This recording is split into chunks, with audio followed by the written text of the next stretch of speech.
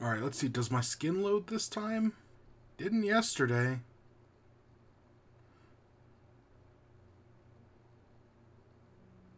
Oh, wow, it actually did today. Cool.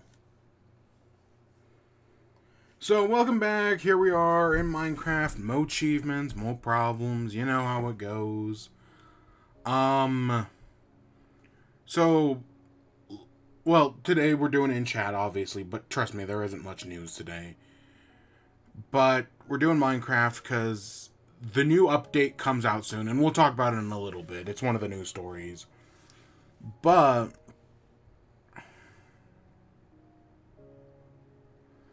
we also have the achievements from the last update. There's 4. I thought there were 3 of them. I guess there's 4 of them. None of which I have gotten yet. So we've got Feels Like Home, take a strider for a long ride on a lava lake in the overworld. I have no idea how long a long ride is. So we'll figure that one out. Sounds of music, make the meadow come alive with music from a jukebox. I don't remember which biome is a meadow biome, but we need to find a record for that. And that means we're either going to have to kill a creeper with a skeleton arrow, or we're going to have to find one in a dungeon. I guess Pig Step also exists. We might, if we get lucky, we might be able to get a copy of Pig Step, but I doubt that's going to happen. Trade with a villager at the build height limit, and then fall from the top of the world, the build limit, to the bottom of the world and survive. This is probably going to be the easiest one to get, honestly. This one, Caves and Cliffs. And then this one's trade with a villager at the build height limit. I did some experimenting on yesterday in my flat plains open world one, right? This where it's like a flat plain, and I think I know how to do it. We're just going to need to, find a village and whatnot. So it's going to take... Honestly, I would not be surprised if today we don't get a single achievement. Just looking at the 4 that are possible.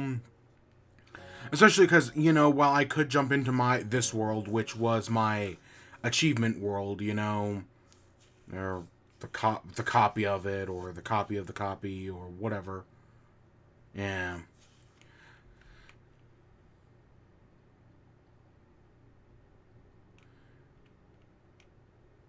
But yeah, whatever it is. Instead, we're gonna create a new world. So I'm gonna create 1.18 AH.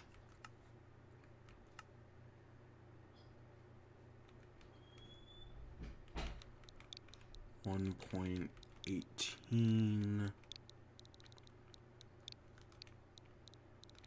AH. And yeah, we're gonna try to get all 4 achievements in this world. Survival, normal. I don't actually care about a starting map, at all. Bonus chest I don't actually care for. Infinite seed doesn't matter. Friendly fire. I want short coordinates. All these things can stay on. I don't really have a problem with that.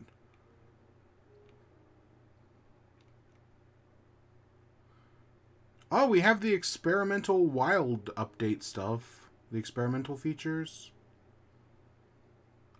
Even though we could turn on, right, wild update stuff, I'm not going to. Nah.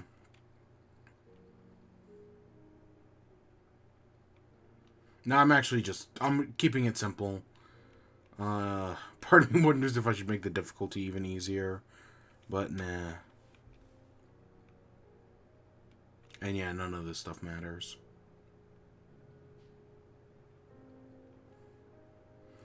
So yeah, let's just create a new world. But yeah, it's only 4 achievements. But they could be either really easy or a massive pain in the ass. I don't know. Again, I think I know how to... Top of the world to bottom of the world's pretty easy. You just dig a hole. And if you saw when I last showed off my Minecraft world in one of these videos, I did do that. I built to the bottom of the world. I just didn't build up all the way to the top. And I do wonder what the height... do I have to hit at exactly, the lowest point? Can I just hit water bedrock? A water block on bedrock?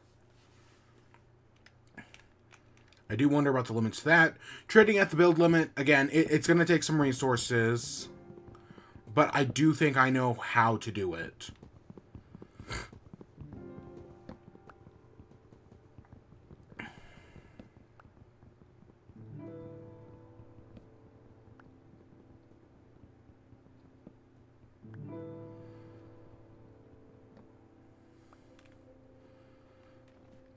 Yeah, I do think that one's possible. It's just going to kind of be a pain.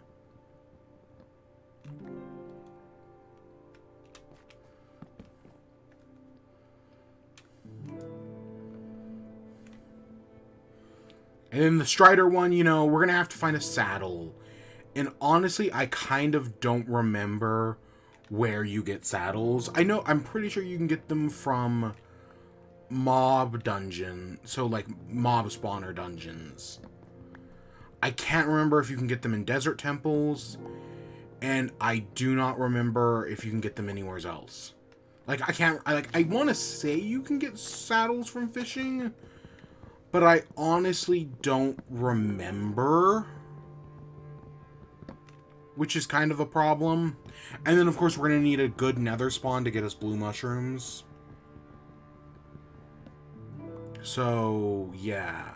And then, you know, same thing with records. I know you can get them from killing creepers with skeleton arrows. Way bigger pain in the ass than you'd think. Like, honestly, doing that kind of sucks. I mean, I'm sure we could set up a trap with, like, pistons and whatnot. That usually tends to work.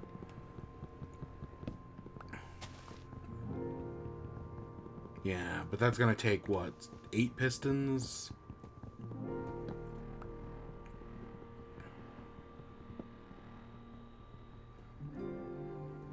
I mean, actually, we could potentially get away with it by using some doors. Some doors would also work. I don't know. We've got our work cut out for us, is what I'm saying, for these 4 achievements. Again, in a different world, this would be much like right where I already have resources and whatnot. This would be easier, but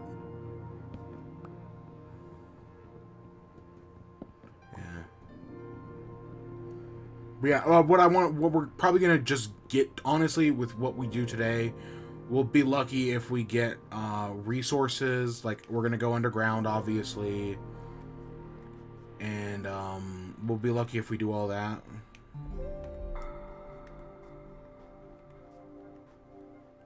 Because I know we have all the new blocks and whatnot to worry about.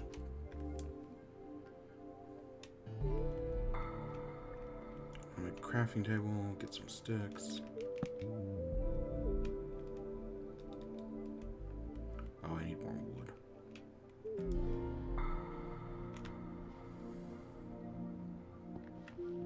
Yeah, I definitely want to get a shield as quick as possible. Because the new caves, I've only actually played in this new update I've only done a single world in this new update so far. And this new update can be forkin' scary, man. Like, the new caves, right, they seem like they're like a really cool idea. But at the same time, it's also kind of horrifying. Like, these wide open spaces just filled with monsters. Like, oh shit, man. It can be a lot. So we definitely need materials. But so far we only found, what, a single coal?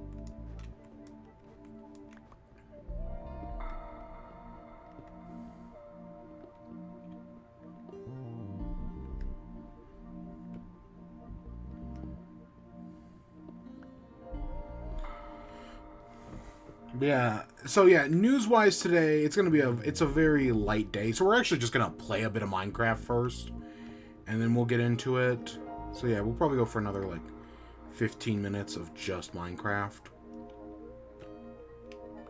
Yeah, sure. I'm feeling it at this moment.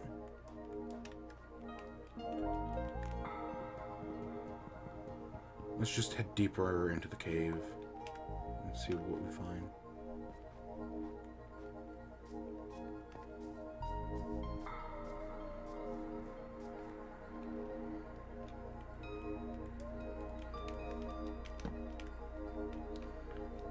Can we mine copper with?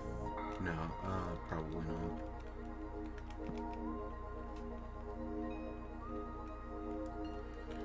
I do actually want to burn through this stone pickaxe, though, or this wood pickaxe. I guess we'll see what we find in here.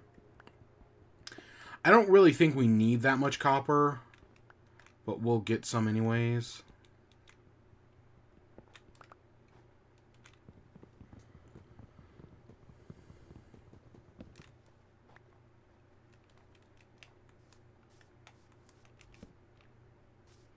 Just in case we need to get back out.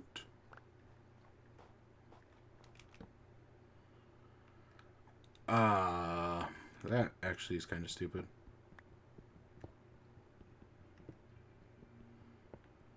Because any one of these could trigger that gravel.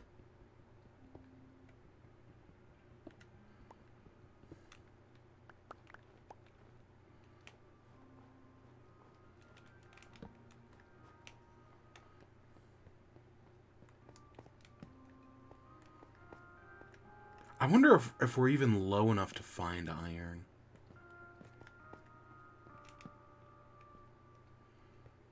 We're more than high enough to find coal.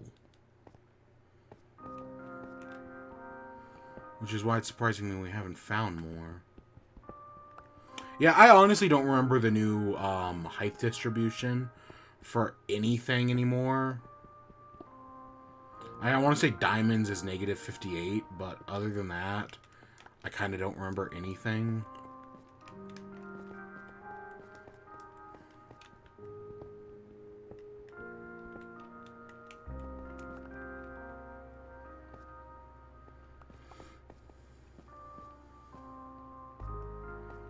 This is... Oh, there it is. I was like, that's the glow stuff, isn't it? The glow lichen.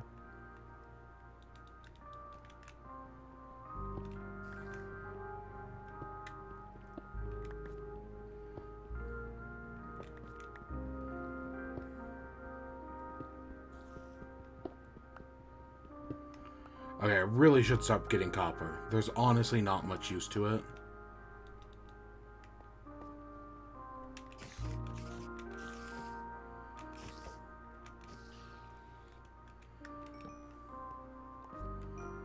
And here we come to an end with nothing.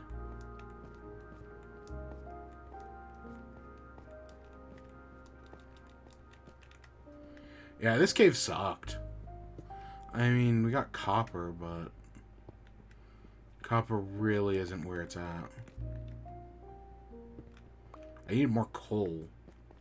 I actually have heard that one of the complaints about the Caves and Cliffs update part 2 is how rare it made coal. Like, because, you know, there's always a point in Minecraft where you run out of coal. So, yeah. Of course, now, in the new update, you've got lava farms, which admittedly require a lot of iron, but it's actually, I think it's actually nice to see lava as an infinitely renewable resource.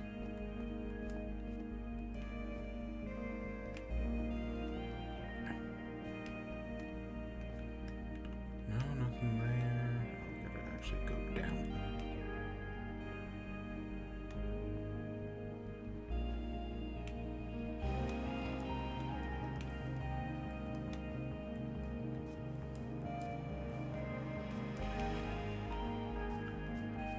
There's some coal.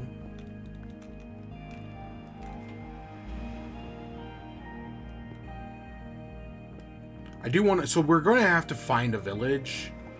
I mean, technically we don't need to.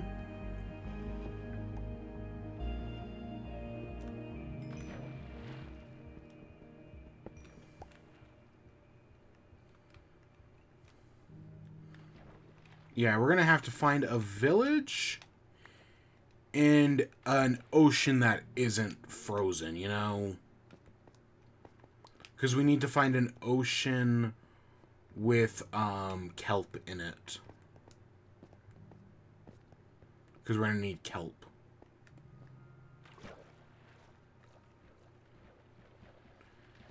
It already is sun... Oh, there's some more coal.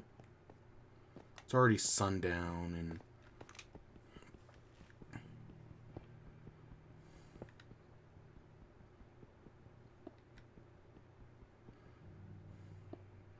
spruce doors don't have holes in them, do they?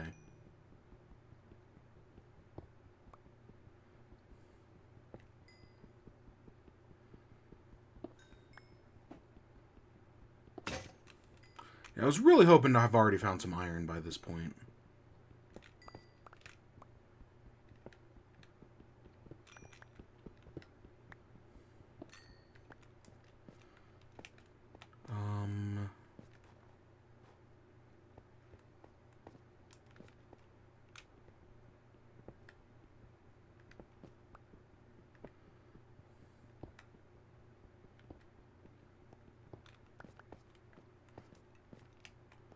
Okay, we're already not in a good spot. Ah, shit.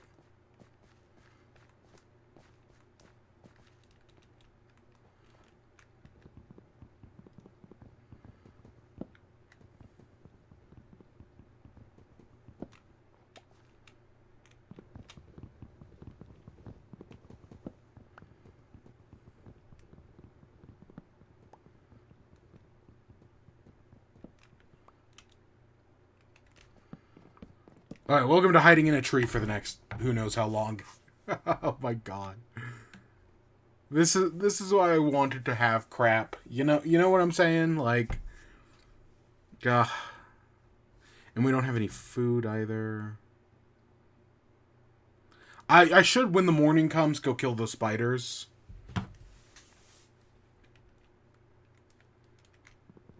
Yeah, let's when the morning comes, I'm gonna kill those spiders.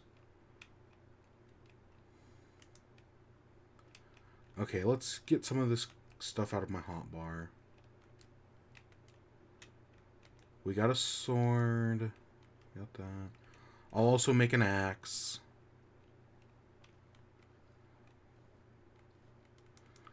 Let's get, I don't know, half a stack-ish of wood.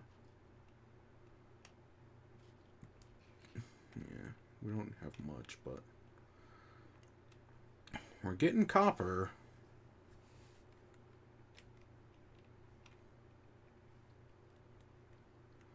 Yeah, I need, oh.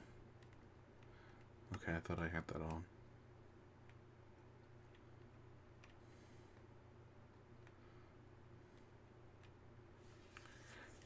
Campfire would be nice.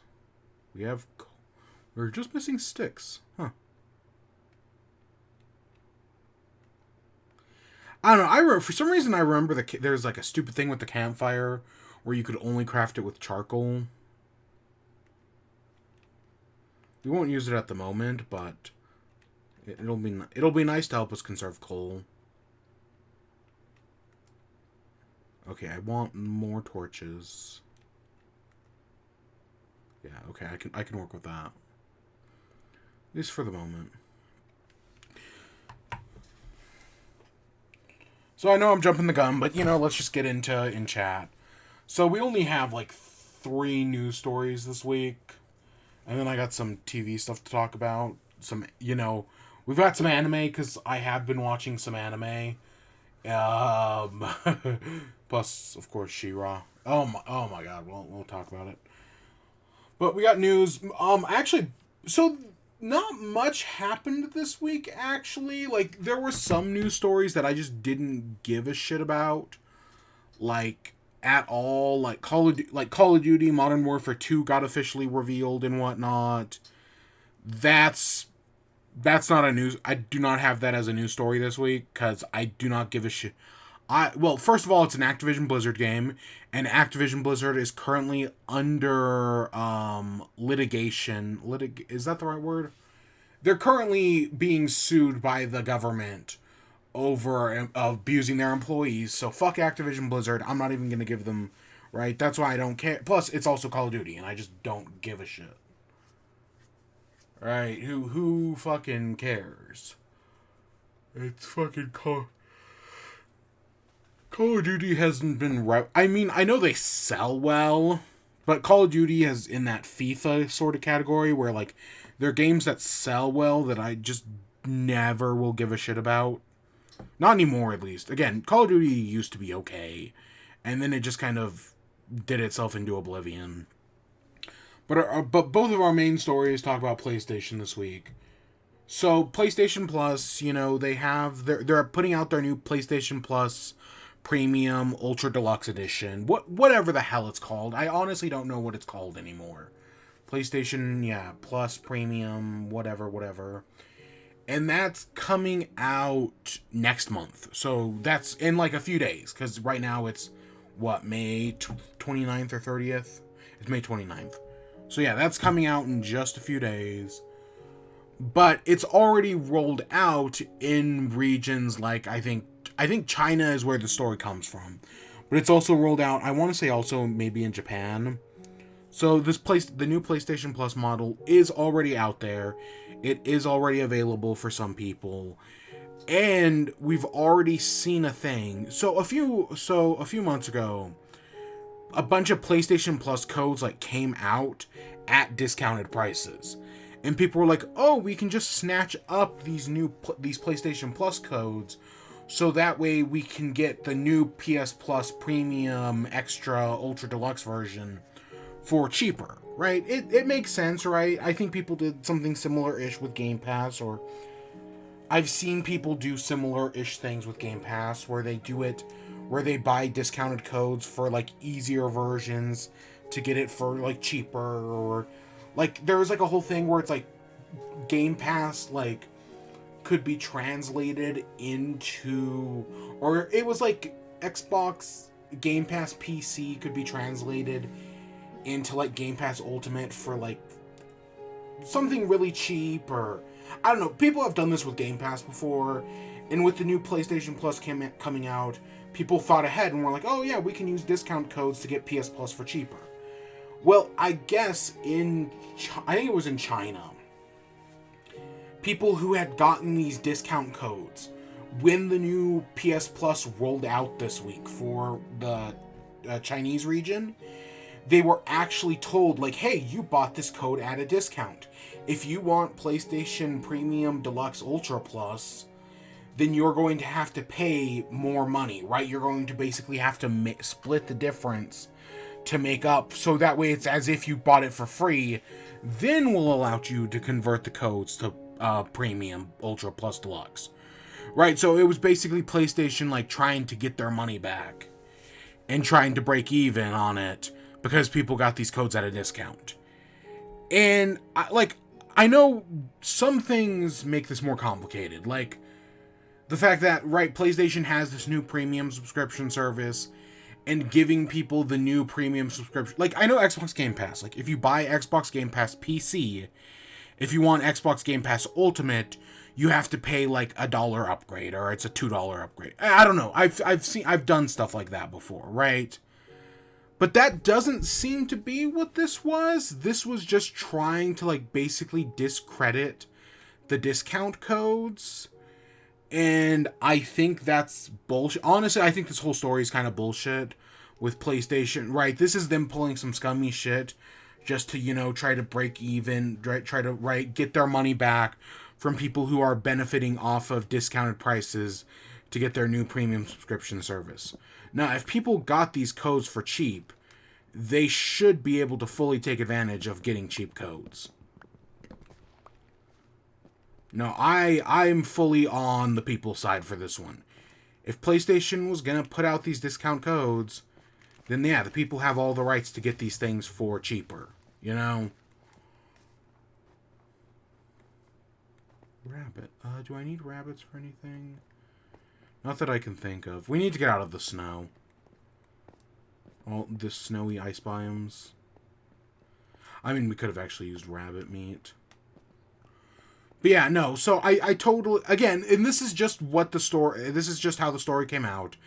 Since then, there have been a few more complications to the story, specifically with PlayStation coming out and saying, like, "No, this was our error, we didn't intend this to happen, and when it launches in North America, you will not have to pay the difference." Right, so either because of negative reaction, or maybe it was always an error, right? Maybe this was always a mistake. But the fact that, from what I've heard, and again, I could be wrong about this, allegedly, there was even like a custom message telling people like, "Oh, because you got like a discounted price and whatnot, That makes me think that no, they were going to try to split the difference and, you know, make back the money. But then because people complained, they have officially just said, like, no, okay, fine. We're not gonna like charge you extra. So yeah, PlayStation has since backtracked on this, claiming that, right, this was a mistake.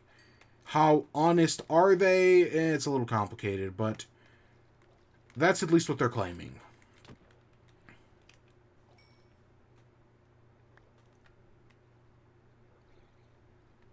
Oh, come on.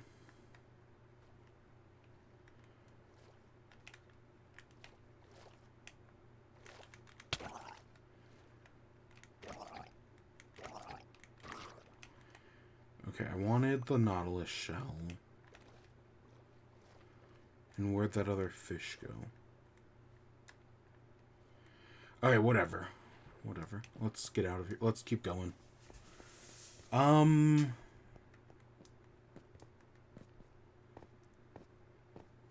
those still iced waters? But yeah, so this whole play, of course, there's going to be some snags with this PS Plus rollout, right? Of course, it was never going to go perfect, but yeah, immediately upon it coming out in other territories, we're already seeing these snags. Yeah, of course.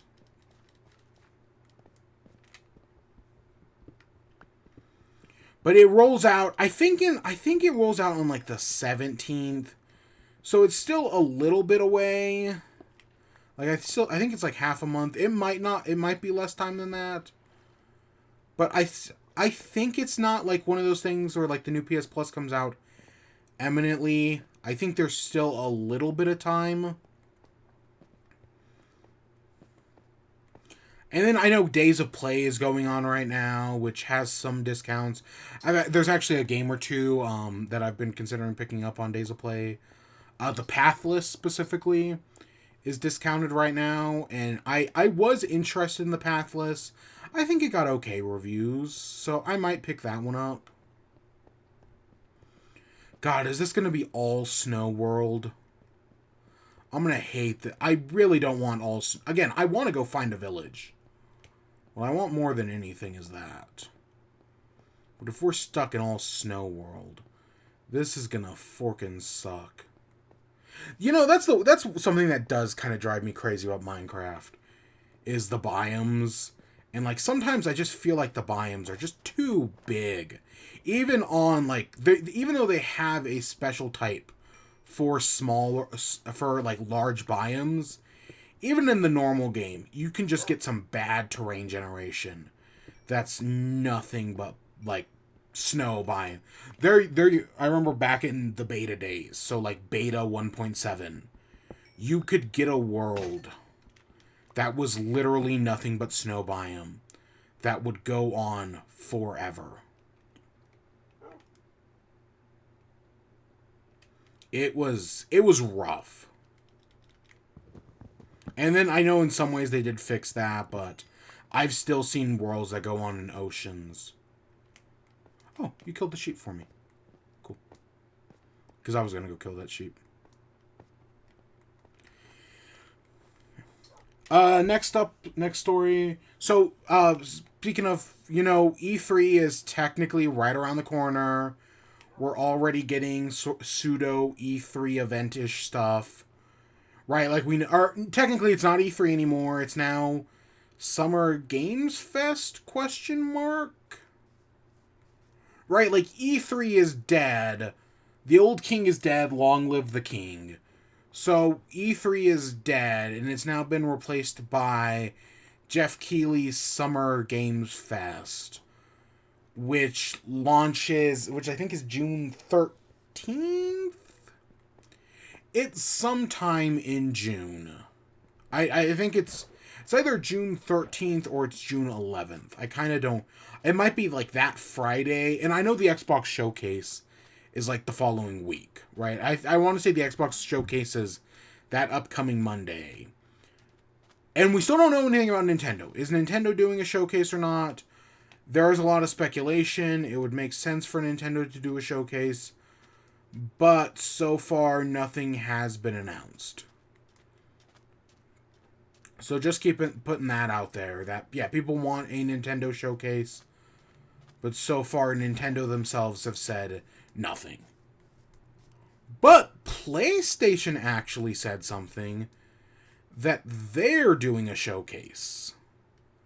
Not an E3 showcase, just some sort of PlayStation Direct. Oh, God. I don't know why it puts Nautilus shells in the second slot. But yeah, so PlayStation has announced that they're doing something. Specifically this week, they're doing... not that, like... Okay, technically, yeah, I mean, again, it depends on how you what day you classify as the beginning of the week. But this... On June 2nd, we're getting a PlayStation State of Play. So that's right around the corner. We're going to be getting some more PlayStation stuff. I think specifically in the announcement, they say it will focus on PS2 or PS VR games. I almost said PS2. It'll focus on PSVR games, and it will focus on third-party games. So the big E3 showcase that people would really want, this isn't going to be that.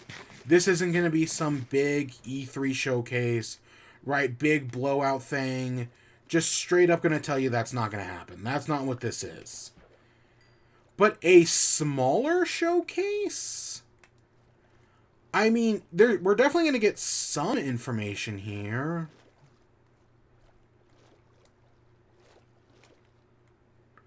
Oh gosh, shouldn't lava... I swear, I thought lava blocks... Got you air. Whatever. But yeah, so we're definitely going to get something here. It's not going to be your big blowout showcase, but I still expect something. Like, I would be genuinely surprised if we didn't get God of War Ragnarok. But I also expect us to only get God of War Ragnarok. Right? Like, I don't expect some, like, big new, like, reveal thing that, like, reveals a bunch of new PlayStation games. No, I expect, like, God of War Ragnarok and God of War Ragnarok alone. Basically. At least that's the way people seem to be acting about this thing. It's only 30 minutes long, so it's a pretty short showcase. But no, I do agree with the sentiment that it does seem to be like, yeah, this is going to be a smaller thing. PlayStation's not going to be pushing out everything under the sun. They're specifically going to be focusing on... Right, is this going to be the big reveal of PlayStation VR?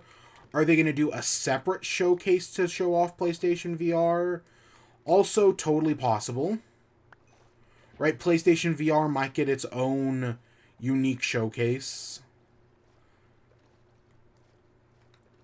That's not impossible, but I also could see PlayStation VR just straight up being revealed at this thing.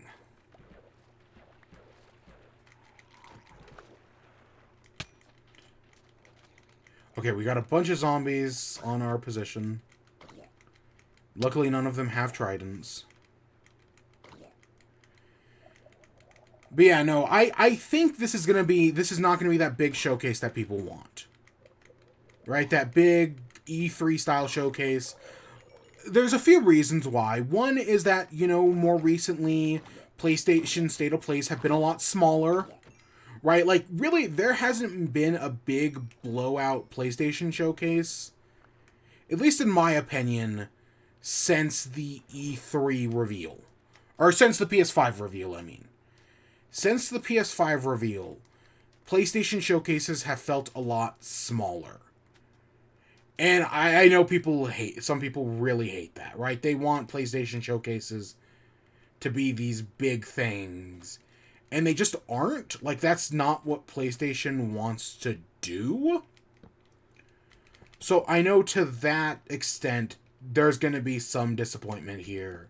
Because, yeah, people want these bigger showcases. And that's not what PlayStation wants to do. But, you know, I still expect us to get some stuff. So it's a 30-minute showcase. We know PlayStation is doing a Horizon virtual reality game. At least I'm pretty sure I remember hearing about. I want to say it was called like Call of the Mountain or something like that. So I think it is reasonable to, you know, if they're showing off PSVR 2, because we know what it looks like nowadays. I could see them be treating this as the big PSVR showcase, right? Finding out what PSVR 2 looks like, finding out what, or, well, we already know what it looks like, but, you know, maybe this could be finally where we find out about the price. Stuff like that.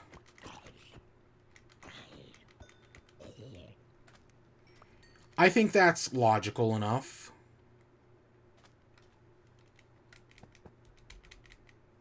Oh, wait, those are cooked. Or my uncooked cods. I want to make a boat. So I think we need a wooden shovel for that? Yeah.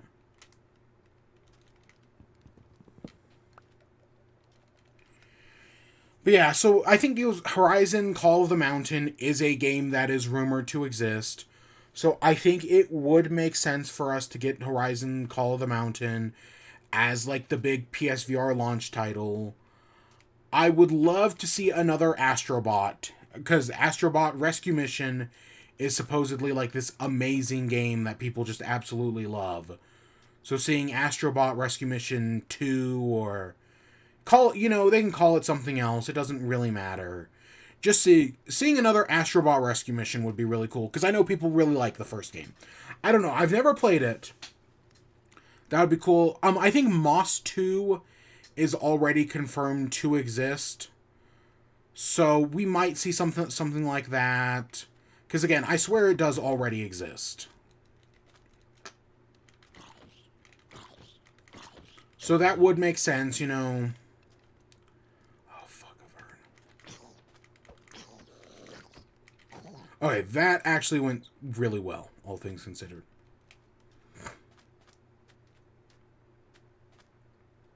I want the spider, but I don't want anything else.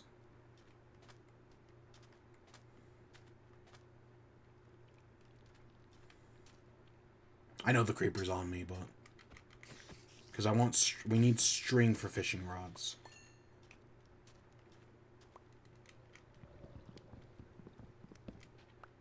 Okay, we got some charcoal. Okay. Oh, another Nautilus shell.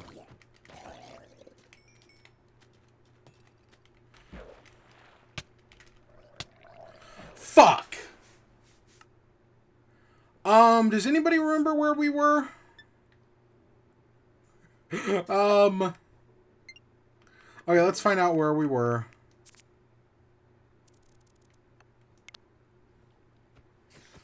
-858, so -815, -200. -850, -200.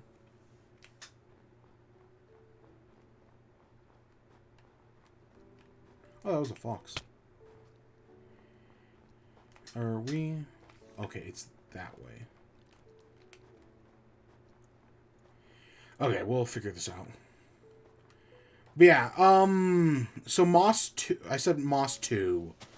Again, I don't know if we'll see that, but I know that's a game that is confirmed to exist at some point, right? I think that was shown off at a PlayStation showcase, and I do remember people really liking the first Moss. So that's a logical thing that would make sense. That'd be cool to see. The big question, or at least one of the big questions, is would they show off a Half-Life Alyx? Because, well, you know, I know Valve has Half-Life Alyx, and, you know, they use it to push their priority hardware, which is... it's not the HTC Vive. It's, might be the HTC Vive. I don't remember. Whatever Valve's priority hardware for VR is.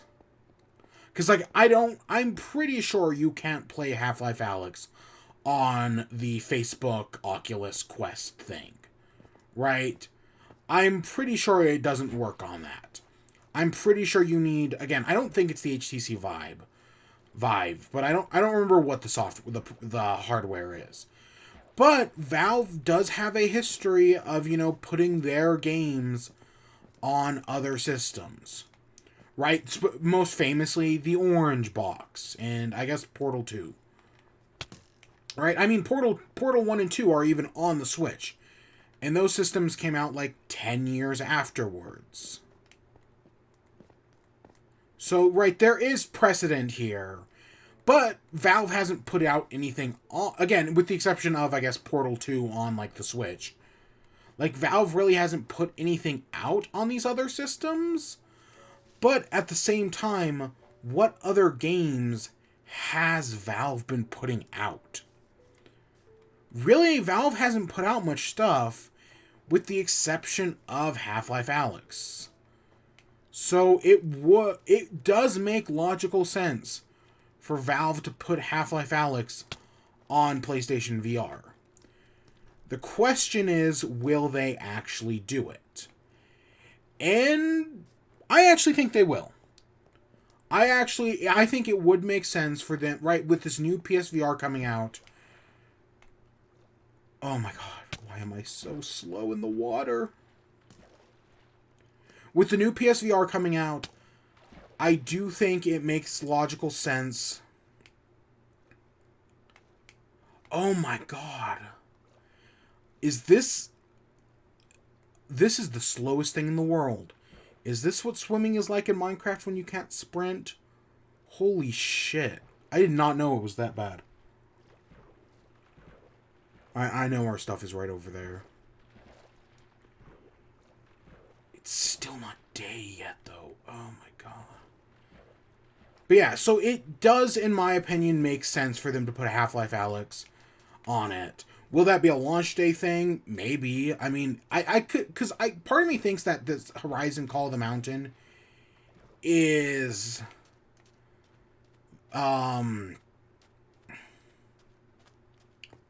PlayStation's attempt to make, like, a Half-Life Alyx. It could just be another tech demo thing, right? Like, again, I know people really like Astrobot Rescue Mission, but from all my understanding, it is just kind of a tech demo thing. But I do think it does also make logical sense to, try to get some of this new... Right, to try to get some big new game on this VR hardware. Ah, shit. What's hitting me? Oh, fuck.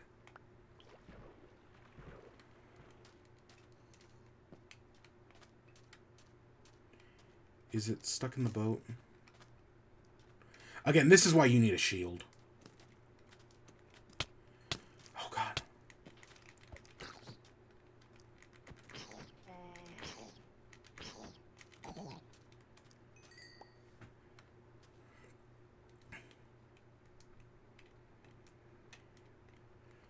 But yeah, so, I don't know. Half-Life Alyx is just one of those things that I think makes sense. But we have yet to see if it will actually happen. We're going to wait here until the sun rises. But that's just me. I think PSVR... Again, I do think we're going to see a release date. I know some people have been speculating that PSVR is not going to come out until next year. I don't think that's... I think it's going to come out this year. The way PlayStation has been pushing it recently, it does make sense for it to come out this year. So I do think there is a good likelihood that we're seeing PSVR. How much is it going to cost? I think current PSVR costs around, if I remember correctly, I want to say it's around like $350 or something like that. So, right, the current PSVR is, yeah, I think it's around $350. So, it makes sense if the new one costs also around $350, or...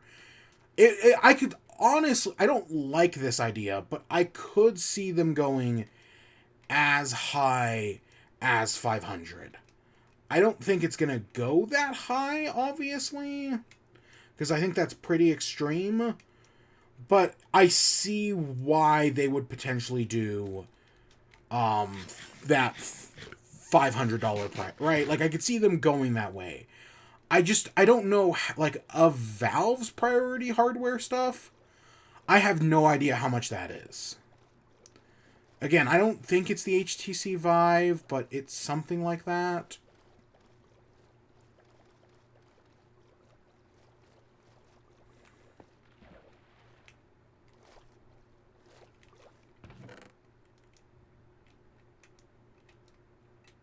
Oh, God.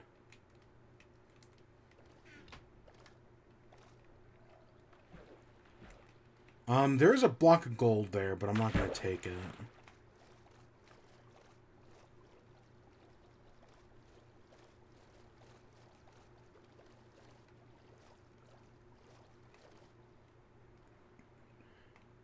God, we just don't have the room in our inventory. But we still do need it, so... I'm going to get rid of that. I'm going to get rid of that.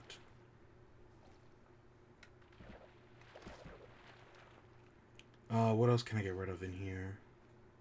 I guess let's get rid of this gray wool. Let's put on this hat. I'm going to get rid of that map. I'm going to get rid of the spider eye. We need some of this kelp. Anything else I can... But yeah, I do expect to see God of War Ragnarok. Some third-party games would also make sense, you know. Get some big third-party software out there. Do I expect, like, Final Fantasy... 7 Remake, not a chance in hell. But Final Fantasy 16, it's a possibility, but I also think it's a possibility at Jeff Keighley's Summer Games Fest thing. Right, so that's also totally possible. But yeah, I do think it's definitely going to be at, like, one of these shows. Because supposedly, it's really close to being done. The Final Fantasy 16. Right, supposedly it's actually pretty close. At least that's a rumor that PlayStation put out. Or, like they said in an interview. So I do think we are closer to that than could be otherwise said.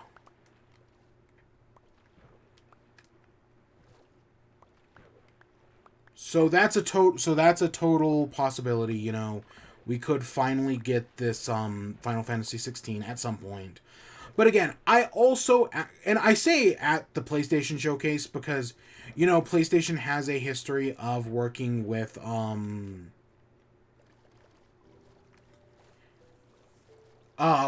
Enix to put out Final Fantasy games. Again, 16 was revealed at a PlayStation Showcase, technically. Is that an acacia? Oh! Oh, okay, I've actually never seen one of these before. The new Lush cave biome? Huh. Okay, let's go digging down, shall we? I'm actually gonna... God, I wish I had a bed. Let's make a chest. I'm gonna put a lot of this crap in the chest. Not all of it, obviously, but some of it.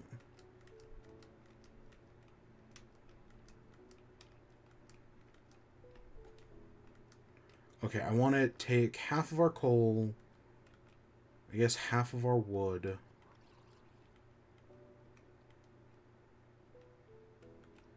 I guess we'll take half the cobblestone.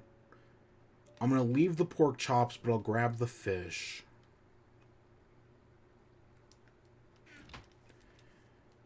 And yeah, let's go underground.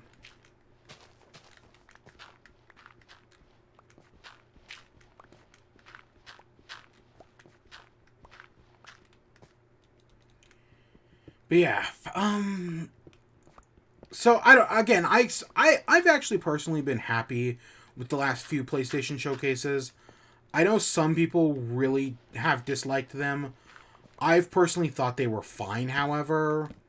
Specifically the October one from last year. I thought it was fine. But I know some people really hated it.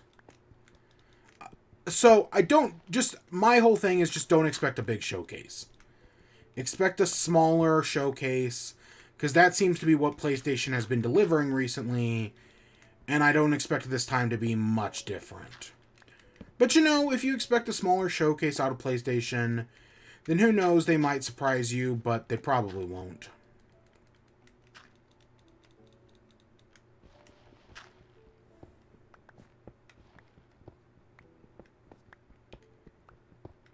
But yeah, that's right. The PlayStation Showcase. That's in like 2 or 3 days, and I will probably stream it actually. Yeah, for once I will probably actually be able to stream it. I don't remember what time it is, but I don't think it's too late in the day.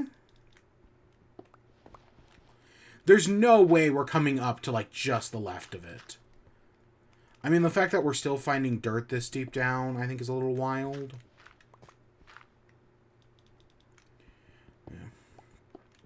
Yeah, I definitely, of the last, like, 30 minutes, we only actually talked about the PlayStation Showcase for, like, maybe 10 of those. Oh, my gosh.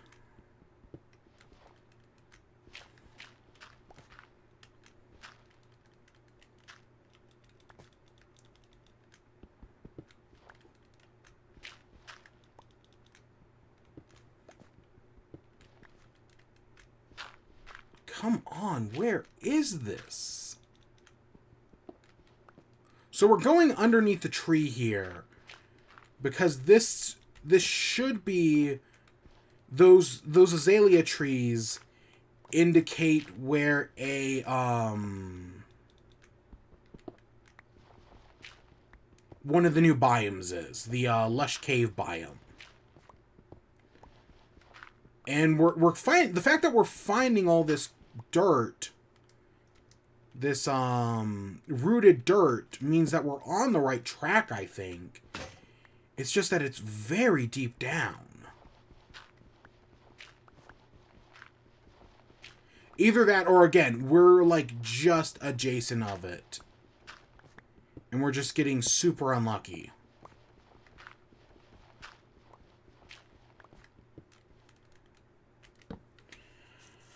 So next up, the wild update. So Minecraft's wild update. I could go back to... Let's go back to the surface mix shovel. So Minecraft's wild update officially has a release date. So originally, I was predicting the release date to be the end of... I was predicting it to be the middle of June. I think I had previously said like June like 17th or something like that. Nope. It's actually the beginning of June. The wild update comes out next week. I think it's a week from today, if I remember correctly. Let me pull up my calendar real quick. No, it's next Tuesday, June 7th. Okay, so we're digging right on the tree. Okay, good. So it still is a little bit of ways. Okay, we don't actually have any sticks. So it's a little more than a week away. But it still is, at the end of the day, right around the corner. It'll be here before we know it, right? I mean, technically the PlayStation Showcase happened sooner. But, you know, it's right around the corner, this new Minecraft update. Now, I know a lot of people are calling the wild update the mild update, and to be fair, I kind of do get it, because, you know, it does kind of, in the grand scheme of things, this new update does kind of feel, like, for something called the wild update, it feels sort of underwhelming, you know? Like, you want something, with something called the wild update, you want it to be wild. And so far, the wild update just feels kind of... You know, like, there's some... Again, I am excited for the Warden. I know some people don't give a shit. And I get that. But I personally am actually... I think the Warden's actually a pretty great addition. Again, I'm honestly, Minecraft is at the... I did a whole thing. You can find it on YouTube called... I did a video called An Extensively Long Discussion on Minecraft's Firefly. And in it, I compared Minecraft's Firefly a lot to Pokemon. And I still stand by that. And honestly, that kind of feels like where I'm at with some of this stuff. Where I see the new Minecraft update stuff, and I'm like, yeah, is this underwhelming? Yes, but at the same time, I'm kind of a slave to the Minecraft brand. So I'm excited either way, you know?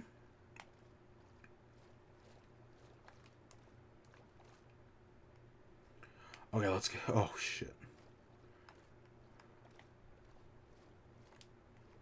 Okay, this is not the lush cave I was looking for. See some of this rooted dirt. There's something there, just not what I'm looking for.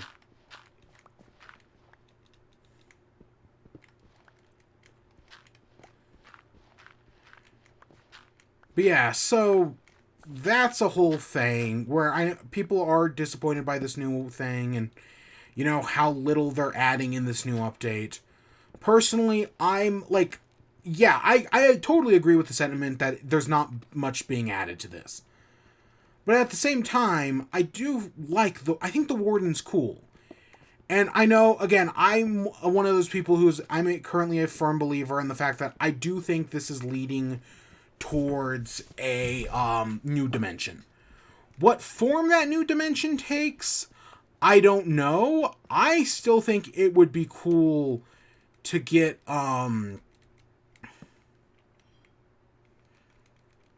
as part of this whole new dimension thing.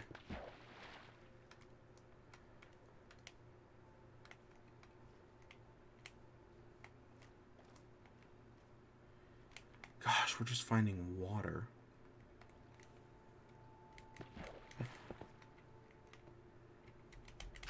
As part of this new dimension, I do think I've seen people talk about like the idea of like doing like a spirit world, where basically like it's the other world is like an inversion of the Minecraft overworld, basically. And I actually think that's a pretty cool idea.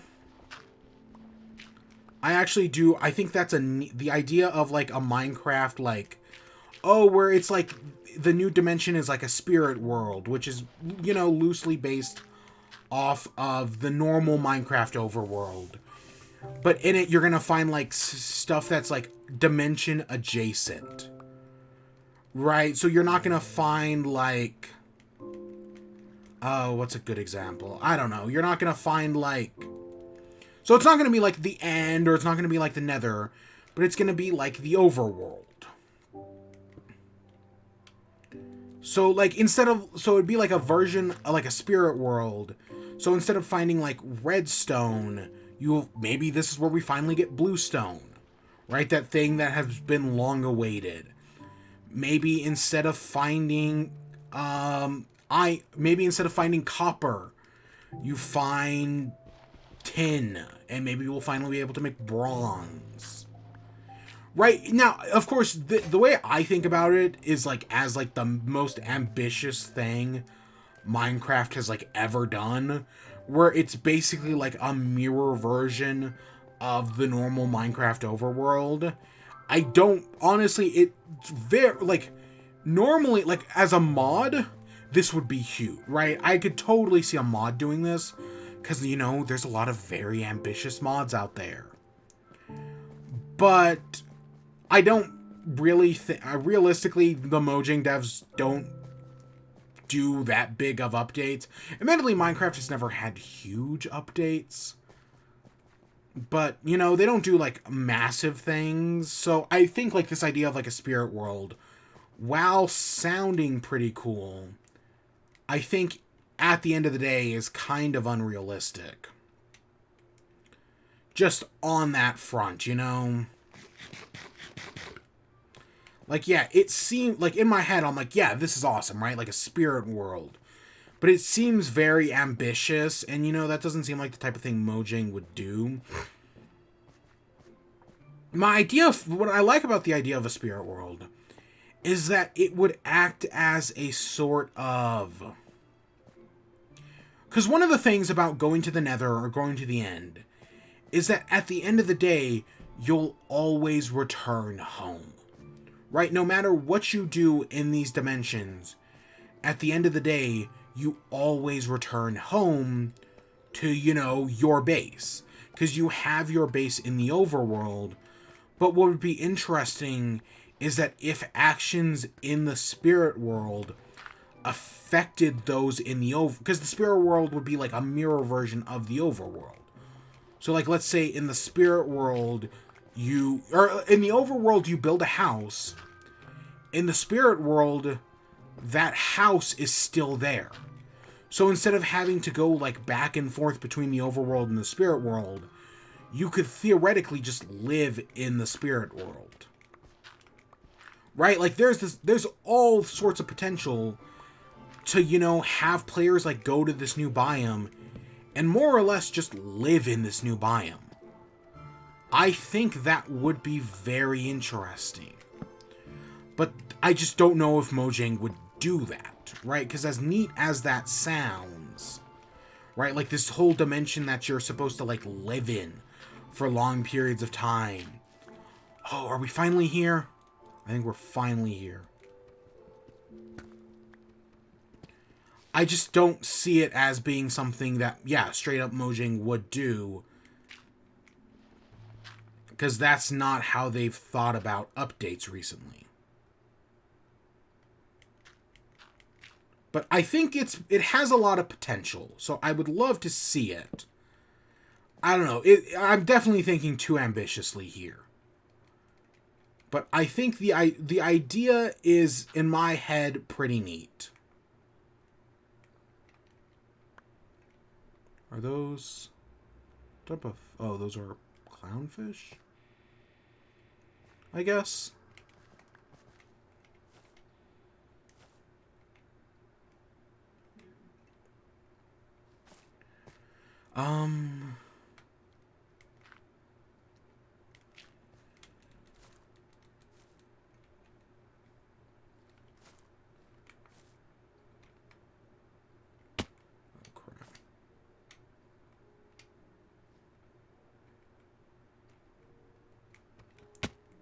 Okay, I have to ride the line perfectly. And I fucked up.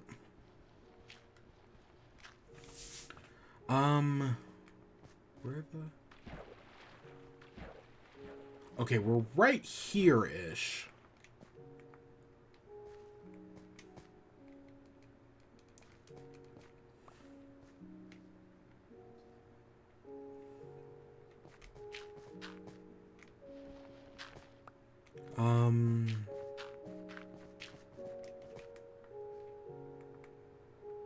Oh, are we one over?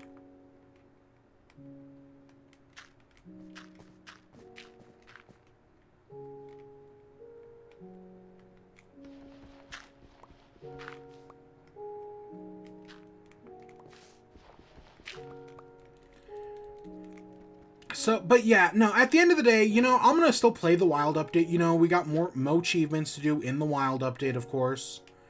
You know, like, that hasn't actually changed at all. And, you know, I do like, Minecraft is what, I know a lot, Minecraft finally had its, I guess I'll use the word rebirth, right? There was a period of time where people had just completely turned on Minecraft and were like, oh, it's a baby game made for babies, and nowadays people realize, you know, the truth that no, Minecraft's actually pretty good, all things considered. Yada, yada, yada. You know, that change did happen. It took some time, obviously. But that change did eventually happen.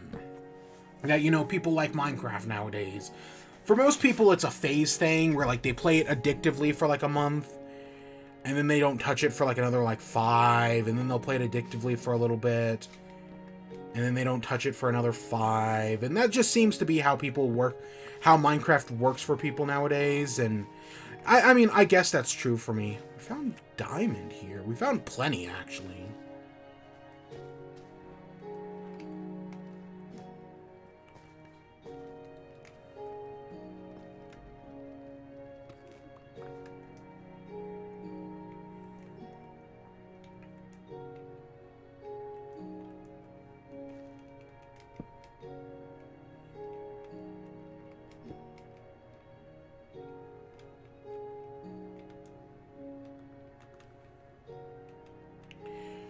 Yeah.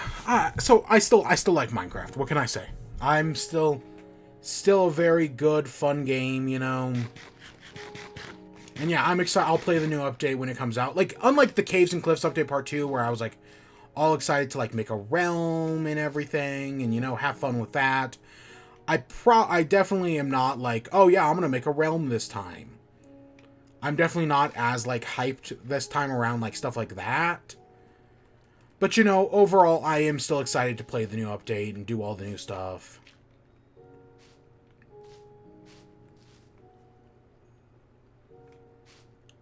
Like, my excitement has not wavered any. Because, you know, it's Minecraft.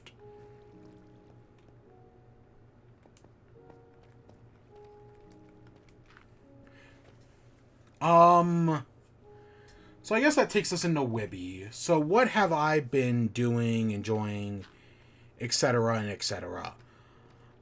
Surprisingly not much. This place is surprisingly well lit, things considered.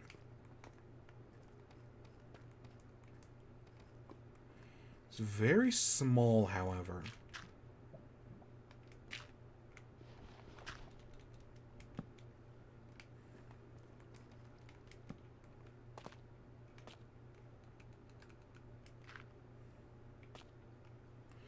Alright, let's not venture down there yet. Oh, and there's a path down there. Ooh.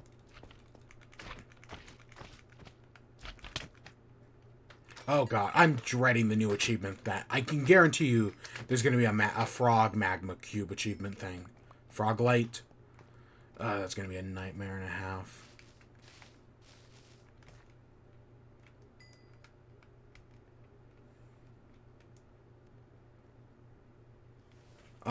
Let's make a iron pick. And what do I need to make a shield? Oh, just some more wood.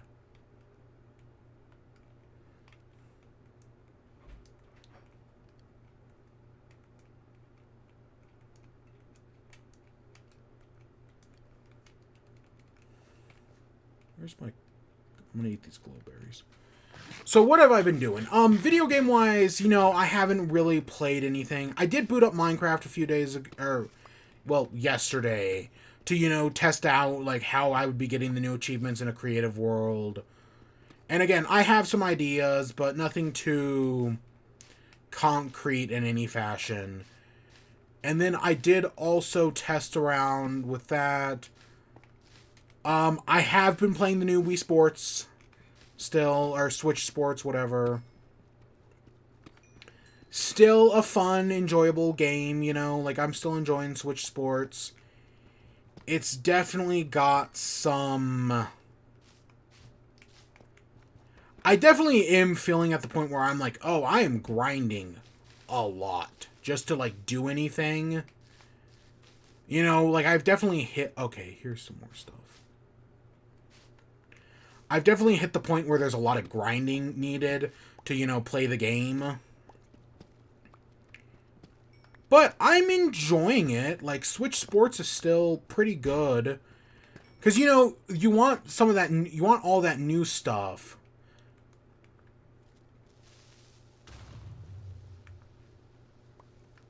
Because, you know, the new stuff is cool and everything. And it is. The new stuff is pretty cool at the end of the day. But it definitely does require a lot of grinding, all things considered.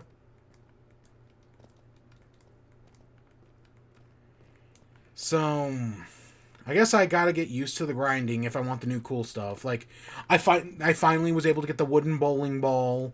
Because, you know, if you'd seen previously, I had complained about how there was a new bowling ball that I wasn't able to get. How I instead got the stupid bowling ball, but... I finally found how to get the wooden one, which... You can barely tell the shield's up.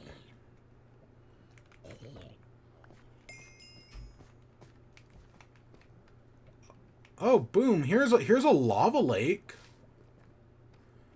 So if I could find a strider, that'd be cool.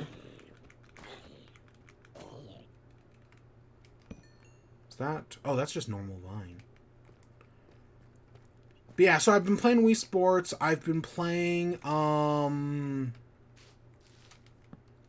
that's basically been it. I know I wanted to play, some Xbox Game Pass games. Still gotta touch Tunic one of these days. Still want to play, I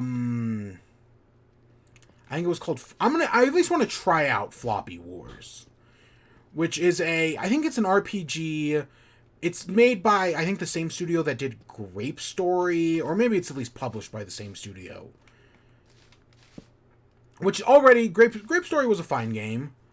But, so it's got that part of its pedigree, but it's also got the art designer of Dicey Dungeon, which Dicey Dungeon was a pretty good game, so I do definitely feel like there's a lot going for this potentially. So I at least want to try it out. It probably is also an RPG, which I know I have complicated feelings on RPGs, especially because I don't have the time to play them anymore. But I am interested in Floppy Wars. That's what I'll say that. The game does genuinely interest me. If only from like the perspective of the art designer, who again I did do Dicey Dungeon, which I did really enjoy. So I'll hopefully get around to that at some point in the coming days, because it's on Xbox Game Pass. You know, there's some really good stuff on Xbox. There was an article that came out recently about like, are we now in the first lull of Xbox Game Pass? And so the article came out. I don't remember I don't think it was Kotaku, but it might have been Kotaku. Somebody published it, and the official Xbox Game Pass account responded like, tell me you only play AAA games without telling me you only play AAA games. Because yeah, from an indie game perspective, Xbox Game Pass is pretty amazing.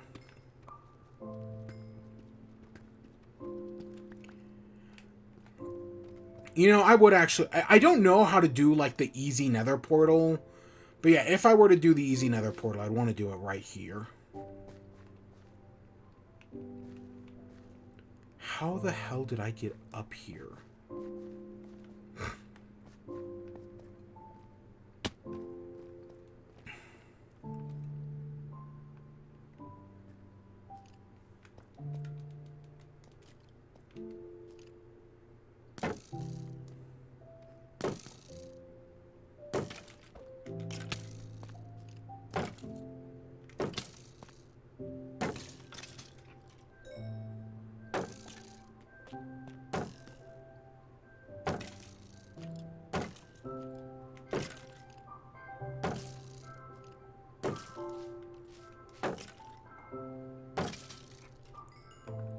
Okay, let's eat some cod.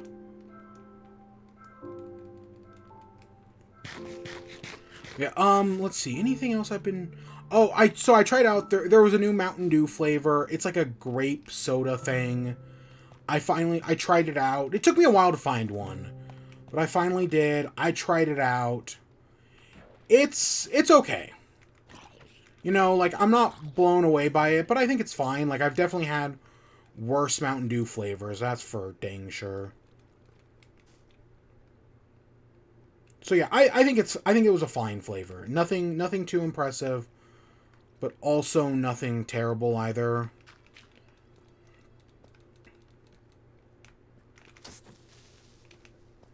Yeah, I tried that the other day, and yeah, it's okay.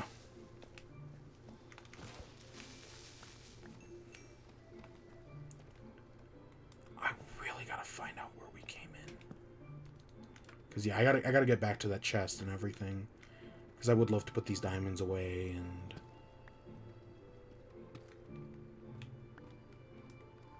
whatnot.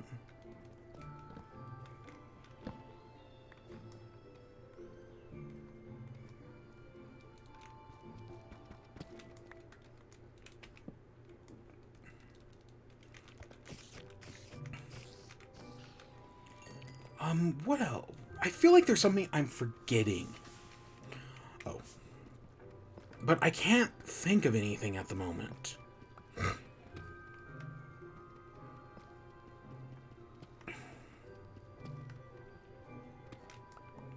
don't know. I just really haven't been playing that many. Again, I've been more busy with other things, and I haven't had that much time to play the video game. Okay, we are totally lost. I know there's stuff over there, but I really want to get back to base.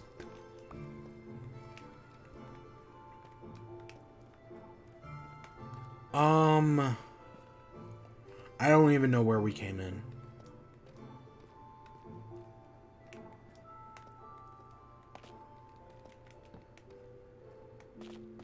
Is this more? Yeah.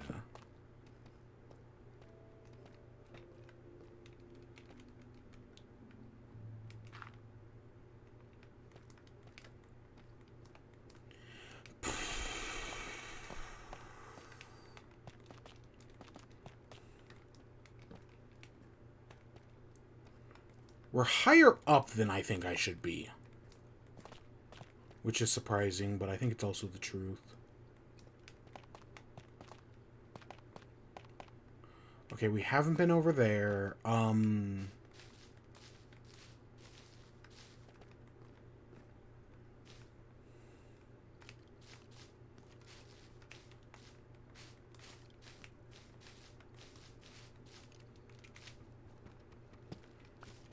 See, we came in like this little crevice.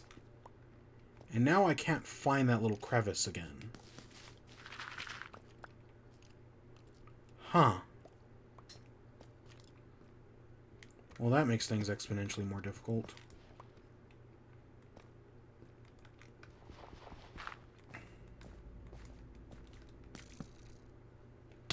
Oh, crap.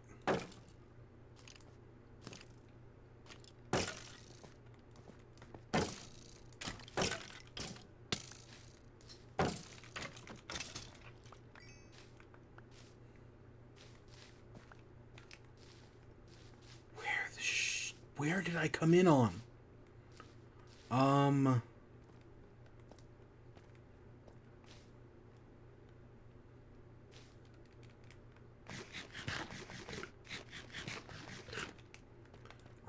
Are we too low, actually? I don't think so, but...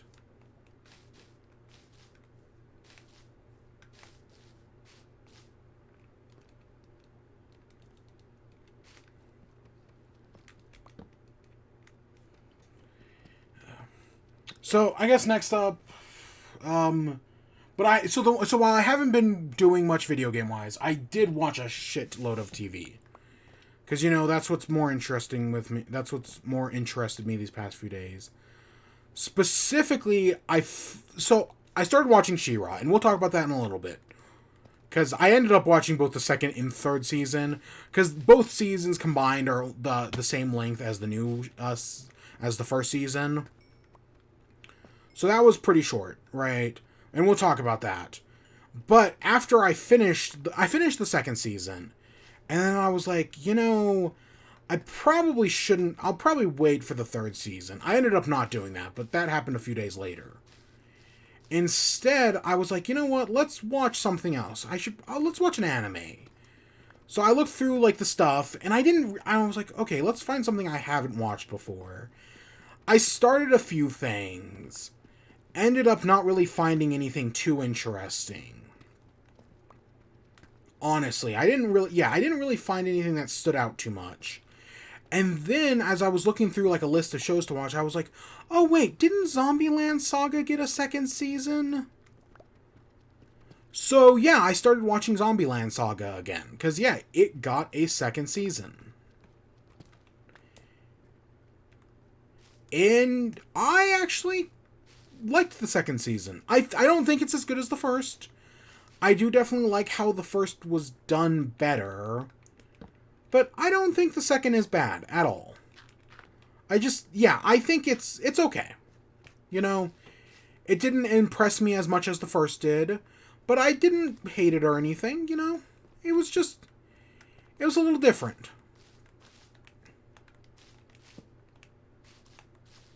Because, yeah, and I think the first half of the season is very strong, right? The first half of Zombieland Saga, where, you know, you're back in it with them.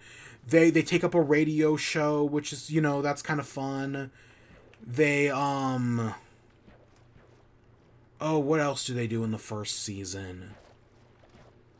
If we had a bucket. God, I don't remember how to make the fast portal. We have more than enough diamonds to just make another portal, but still. We also don't have a saddle yet.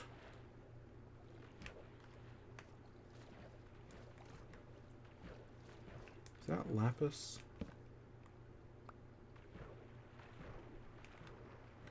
I think that's lapis.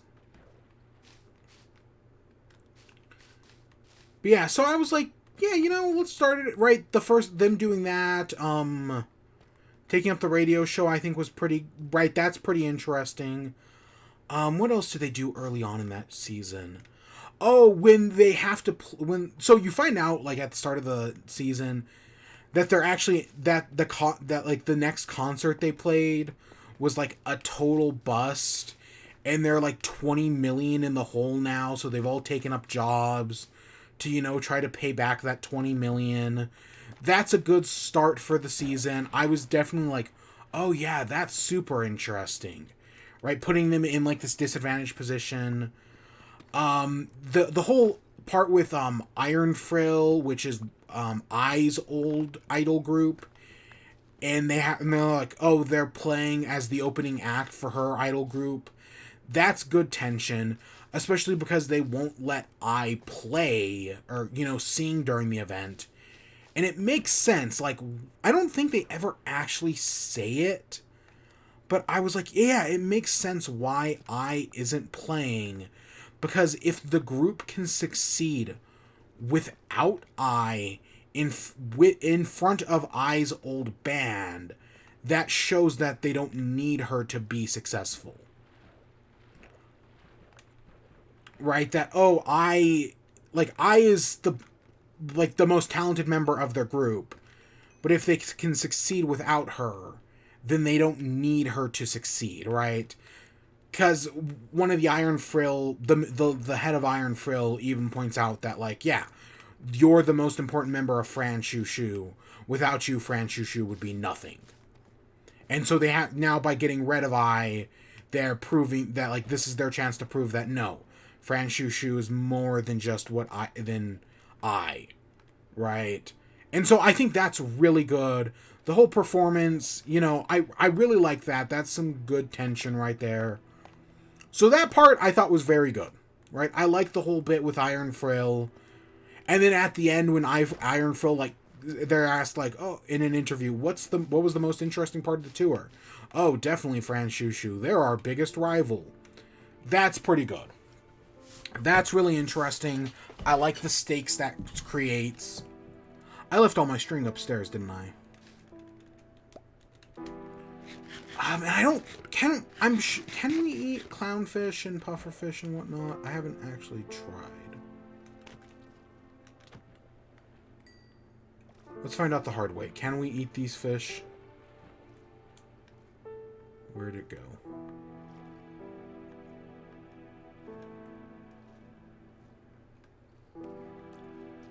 Did we pick it up in our inventory? Oh, there it is. Can we eat this? Okay, yes we can.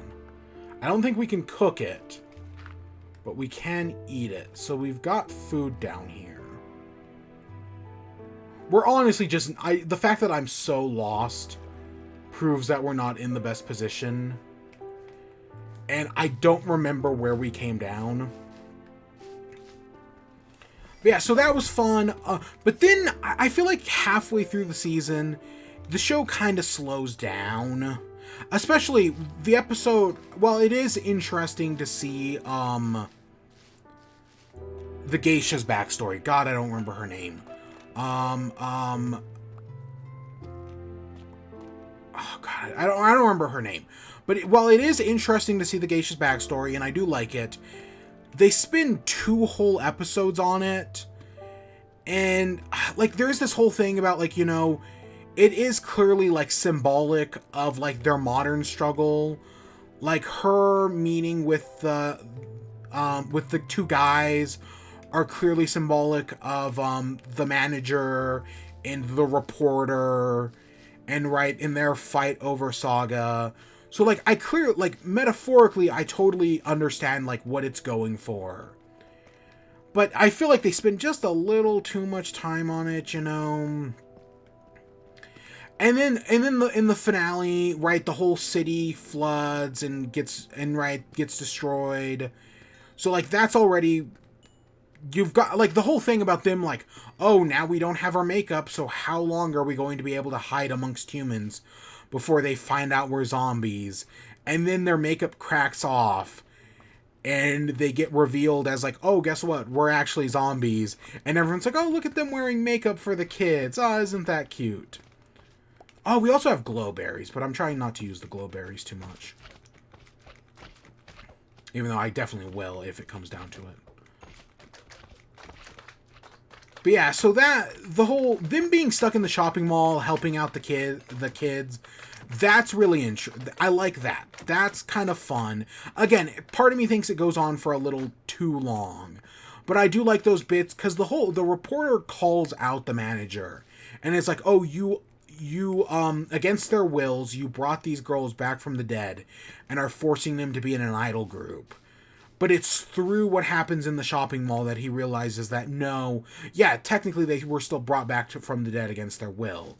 But they actually, like, they aren't being forced to do this, right? They are just genuinely good people who are doing, right, things that they want to do. How much? God, I need so much iron. Okay, I don't need too much, but I need more than what I have.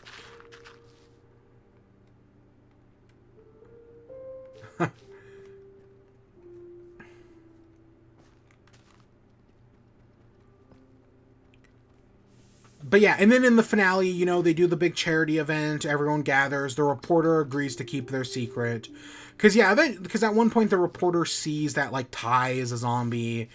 And then he starts to piece together whatever that everyone else is as well.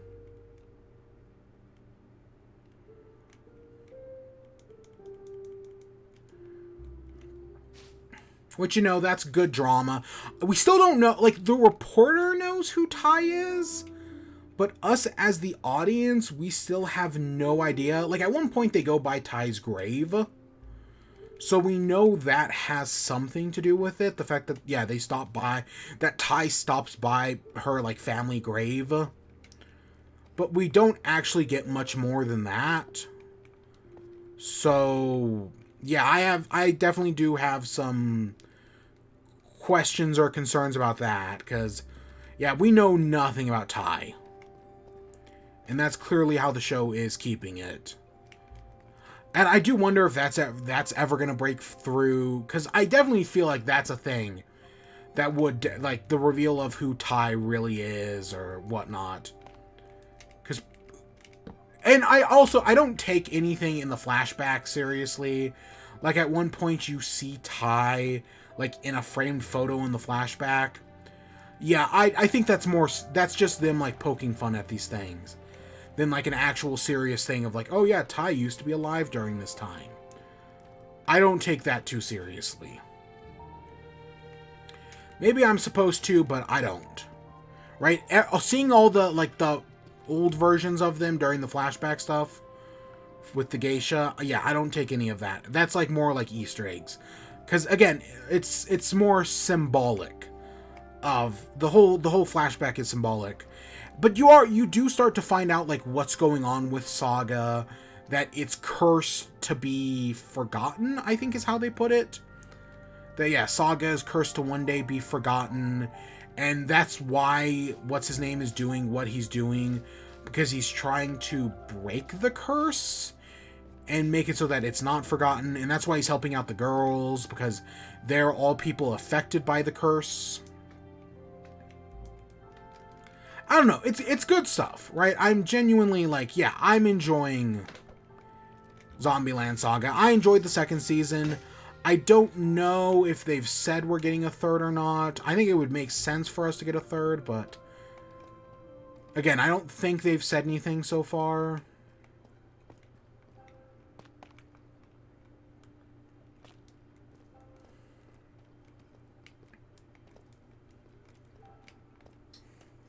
But yeah, I enjoyed it. And yeah, taking some time away to, go watch that show. Because again, I kind of forgot the second season even existed for a little bit there because I hadn't really thought about it too much.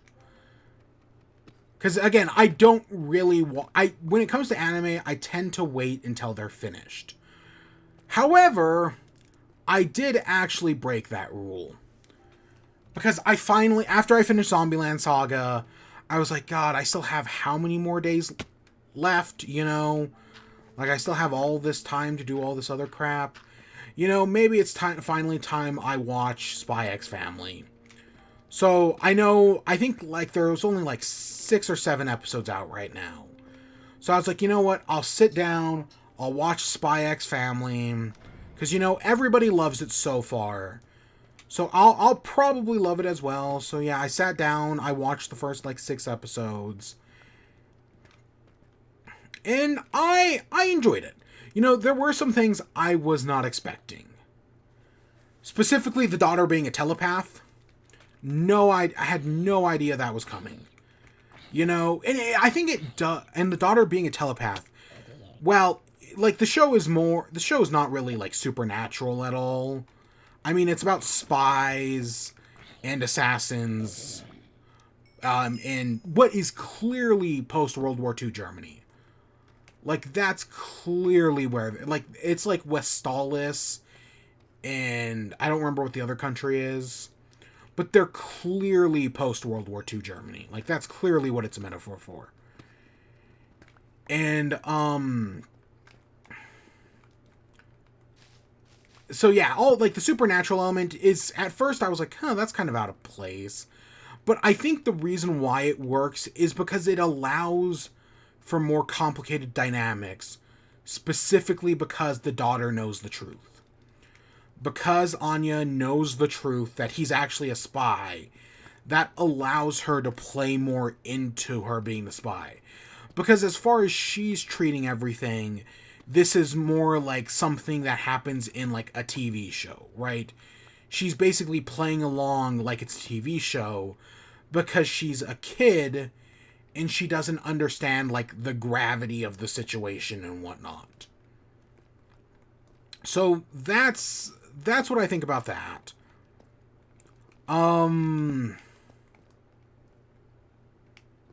The whole, so Lloyd, right, he's on a mission to, he has to infiltrate the school. He has to make a fake family to infiltrate a school so that way he can basically stop, like, the leader of, like, the anti-unification thing, because, like, his spy organization is seeking peace, but of course I am fully expecting a twist. Meanwhile, so that's Lloyd, who's also called Twilight. Meanwhile, who's the fake wife, is an assassin who, presumably works for, like, the other side or something. And, yeah, eventually that's going to come to light that, she's an assassin for the other side.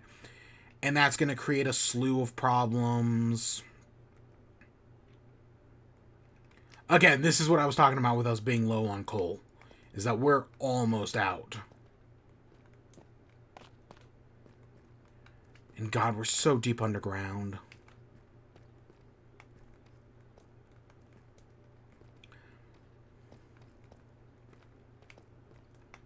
Honestly, even if I wanted to go back to that lava lake, I wouldn't even know where to begin.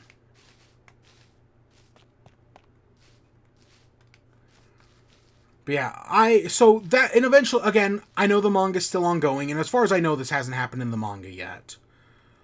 But I fully expect at some point, for Yor to get the target, probably after they've completed their mission. Yor is going to get the assignment to kill Twilight, and Twilight's going to get the mission to, kill, I think it's like Scarlet Rose or something like that. So they're going to get the assignment to take on each other. Then it's going to become, like, oh god, Mr. and Mrs. Smith? Is that the Angelina Jolie Brad Pitt movie? It's eventually going to turn into that. And then from there, it's going to become, right, maybe then they're going to realize how much they love each other and they're not going to do it. And, you know, they're going to leave the spy life, assassin life behind, and because they love each other. You know, that's where I inevitably see it going. But again, the manga is still pretty young, all things considered. Like, there's still a lot to do in the manga, I guess, before we get to that point. Again, at least from what I've heard from people who actually read the manga. I don't know. Spy X Family was before the anime had even come out. It was a manga I had been recommended to read. Spy X Family and the 100 Girlfriends That Really, Really, Really, Really Love You. Which I have actually read the 100 Girlfriends That Really, Really, Really, Really Love You. And it's really good. I do recommend 100 Girlfriends That Really, Really, Really, Really, Really Love You.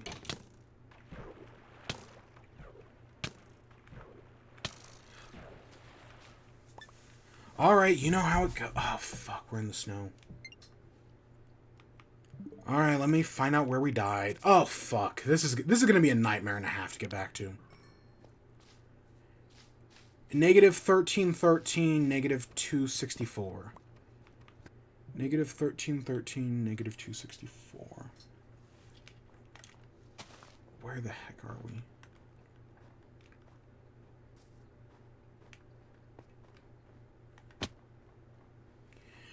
But yeah, so Spy X Family, you know, pretty... I enjoyed it. Again, it's only 6 episodes in, so we'll probably talk about it again once it finishes off. But you know, so far they've been able to get on, right. The family's been assembled. They're married. And now Anya's officially been enrolled in the academy, and that's it. Like where I left off, she had just slapped the boy who's like the son of the guy that Twilight has to kill or whatever. I think he has to kill him. But that's where they're at with that.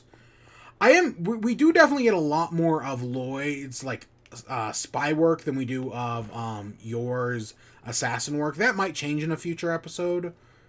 But yeah, so far it's very subdued on that. There are some great moments. The interview with the whole. There's a lot of ridiculous stuff in this show. The whole lead up to the interview where they have like 4 changes of clothes. Kind of ridiculous, but the actual interview itself, where like the guy's like, "Oh, do you like your new mom more than your old mom?" and it makes her start to cry. Oh, that's really good. And then like both Yor and Lloyd wanting to kill that guy. That's a great moment. But there are some ridiculous, right? The whole like, oh, the wild cows that eventually lead to oh gosh, and then they have like 3 changes of clothes. That's kind of ridiculous. The whole bit with the castle where they play spy is also just like that. Honestly, if I had a least favorite moment, it's that. Where like it's all like crazy and like they're raiding the castle and whatnot. That's just, again, the show is mostly is kind of like, again, the daughter's a telepath, but for the most part I feel like the show is grounded until that really, even like the whole like 3 changes of clothes. You know what, I'll cut you some slack on that one. But I think the whole bit about, you know, the whole castle raiding thing was ridiculous. Drunk Yor and her like actually attacking the husband, that's fine, you know, that's kind of funny. Her being drunk and like losing her inhibitions, I like that bit. Okay, I do like that bit. But yeah, the show is just wild all around. The whole bit with them, with right where they're both like they're spies and assassins, but they're also kind of idiots. So like the whole part with them like not realize when like Lloyd is being like hunted down and is trying to like escape with Yor, and them not realizing the other one, like that Lloyd's like a spy or assassin. It's kind of ridiculous. But you know, it's ridiculous in like the way of like the world's like dumbest smart man, or the world's smart, you know, I'm thinking like Mr. Fantastic, where he's like the smartest man in the world, but when it comes to Sue Storm, he's an idiot. Right? Shit, I'm thinking shit like that. But I'm enjoying it so far. I'm definitely like, even though I found the whole castle thing ridiculous and definitely a different tone than the rest of the show. It's definitely, I'm still totally interested in the show and want to keep watching it. So I do think it's real. I do think the show is pretty good, so all things considered. So we left off the ocean from there, and we went this way past the Nether. I'm assuming we went this way past the Nether portal. We'll find the tree in a matter of time. From there, it's just a problem of finding our stuff. Luckily, I don't think any of it burned in lava, so I think we're good there.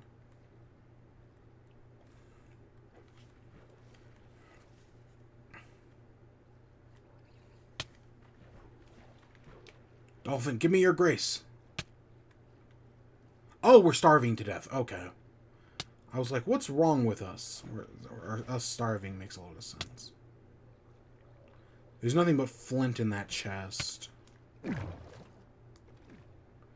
Pretty intact Nether portal, though. We do have pork chops in the chest. Yeah, we just got some... Honestly, being stuck in the water is, I think, what screwed us over. That we were stuck in the water and that there was nothing we could do.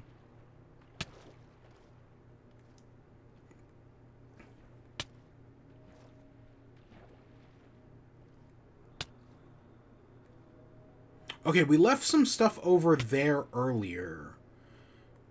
Yeah, that's all our stuff that we, like, threw away, including the map.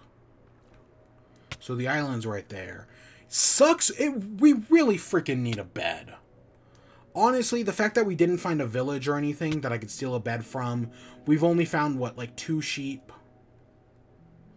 We're really not in a great position at the moment.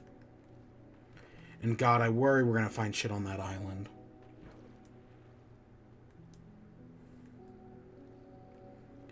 If we... I think I left some coal behind.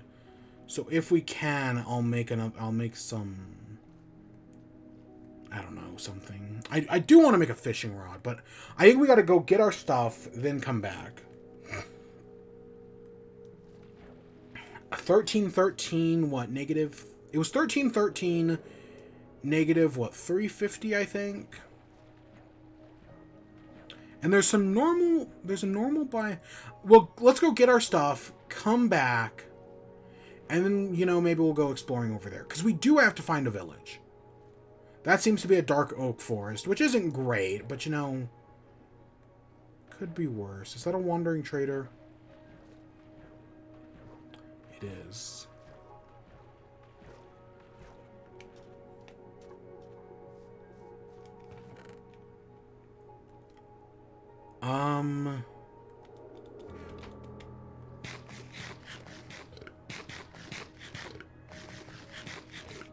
Okay, let me see where we left off. Okay, 260. So we're right around our X. But we need to go about 200 blocks the other direction.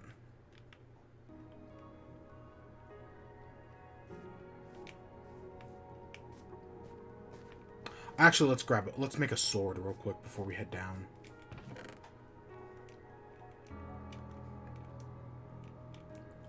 And I guess let's make some torches.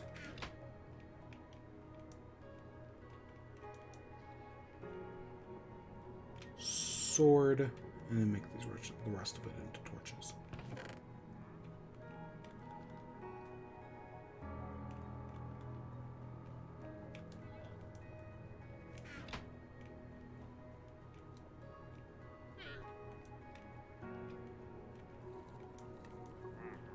Alright, let's head down.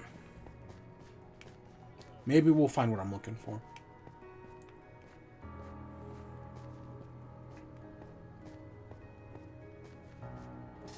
Actually, let me open this up. Still have plenty of those dark berry Dr. Peppers. Really good, by the way.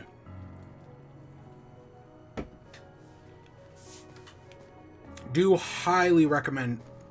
If you haven't got the dark berry Dr. Peppers yet, they're a pretty good investment, if I do say so.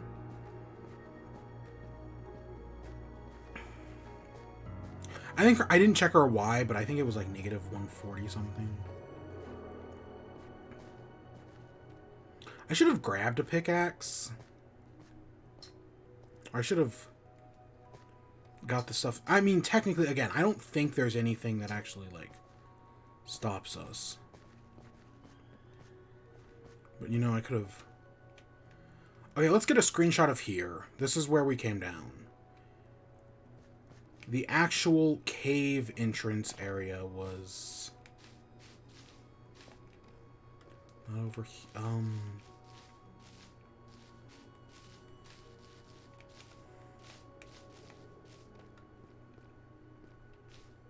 I'm assuming, yeah, we went down here-ish?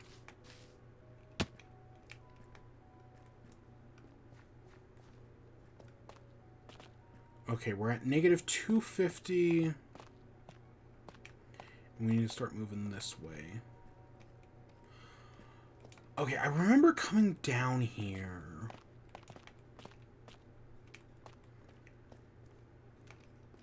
That's a dead end.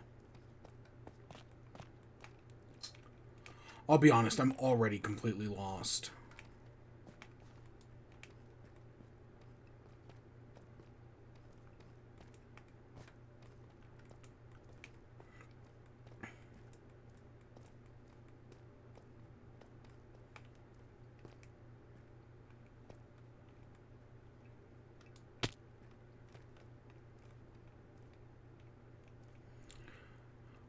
I don't think we went down there, but I think we... Did we come up here?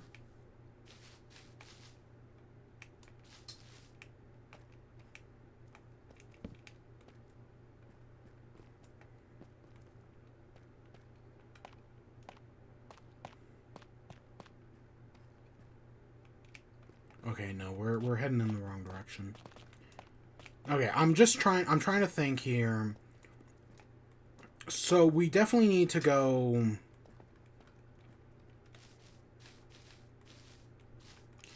It's this way on the X, but it's this way... Oh my gosh, the Wandering Trader ended up here. Let's head up. This takes us to the water, the aquifer up here. Where I know we left here. I think we went around back.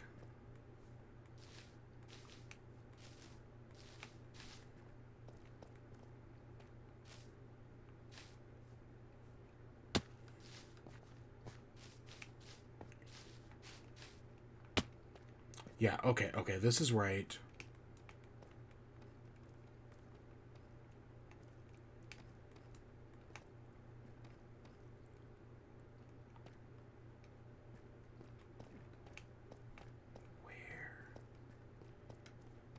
This way, I guess?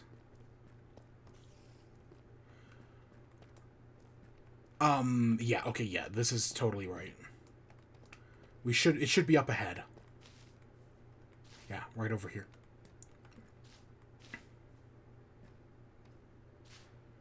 Oh, fuck.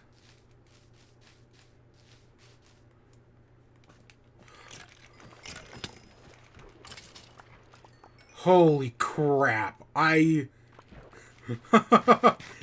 I'll be honest, I just blazed into that and hope we didn't die. Shield, helmet.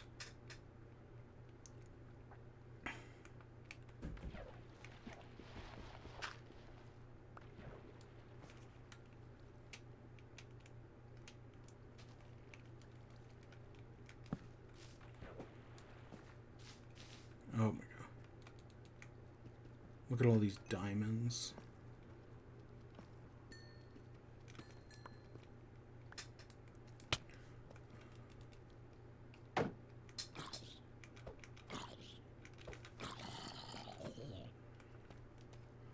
I know I have cooked fish. Oh my god.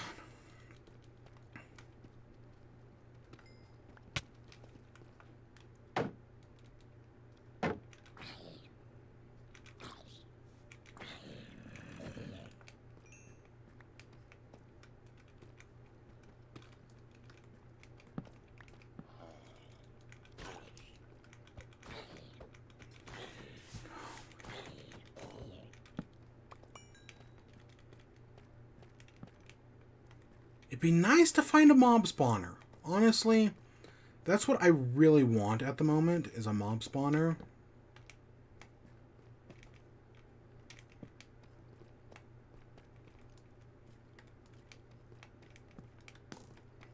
But I feel like we're out of luck. Because I need that record player. I'd also like an amethyst geode.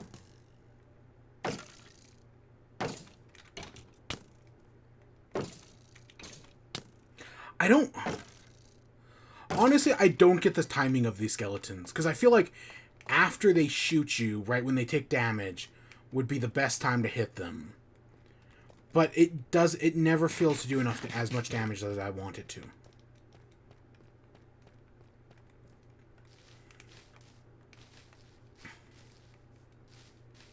The worst part of this all is that we have so much, like, cave space here. It's just, like, wild and open.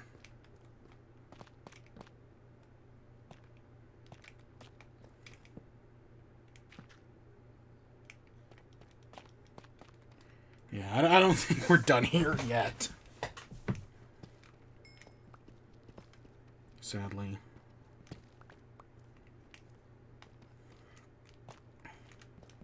I mean, honestly, once the pickaxe breaks, we'll probably head back. Whether that be through digging my way out, or, you know, any other mode of convenience.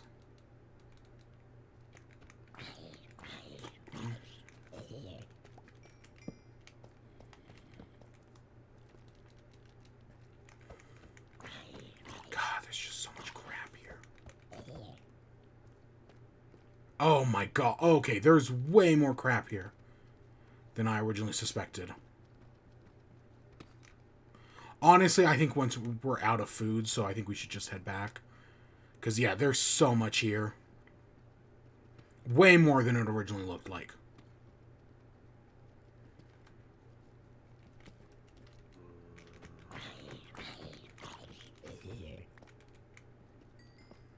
But we need iron. That's the thing.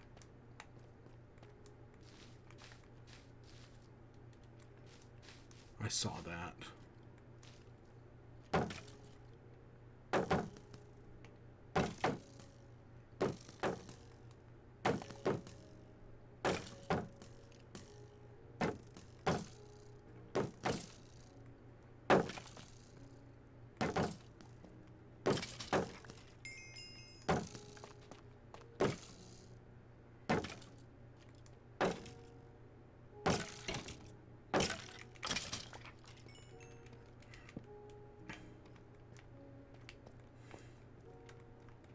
I know we have glowberries as well, but...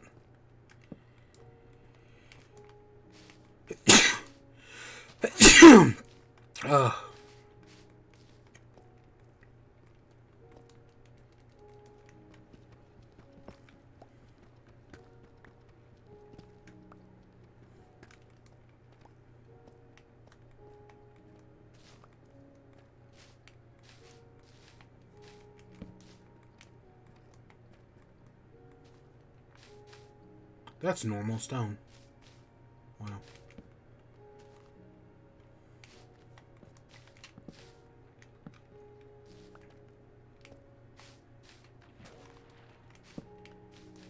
Yeah, this I'm honestly, having never explored one of these biomes before, these things are pretty wild.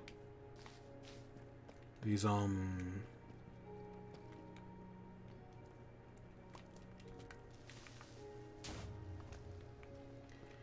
oh gosh, what are these called? A, Lush cave?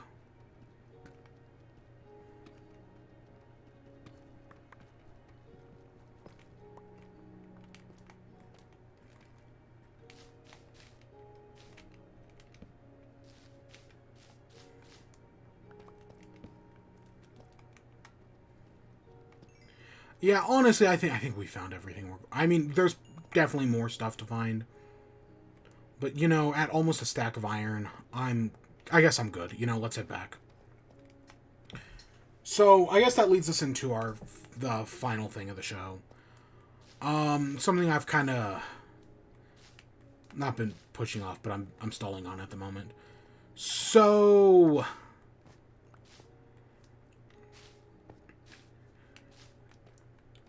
last week we talked about She-Ra, right? It's a show I'd been waiting to watch I'd been wanting to watch forever now, but I'd never actually gotten around to until I just finally was like, you know what? Sure, let's do it.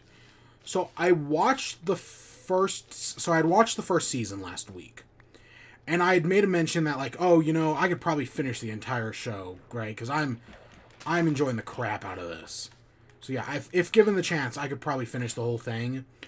Oh, we left some stuff behind here. I did not finish the whole thing in the past, like, week. I did watch I watched the second season, which is honestly relatively pretty short. It's only like 7 episodes. And I was like, okay, you know, I'll watch the second season. But then I was like, do I just make, like, a separate video talking about it? Do I, you know, because I want to talk about it on stream again. I was like, do I make a separate video talking about it?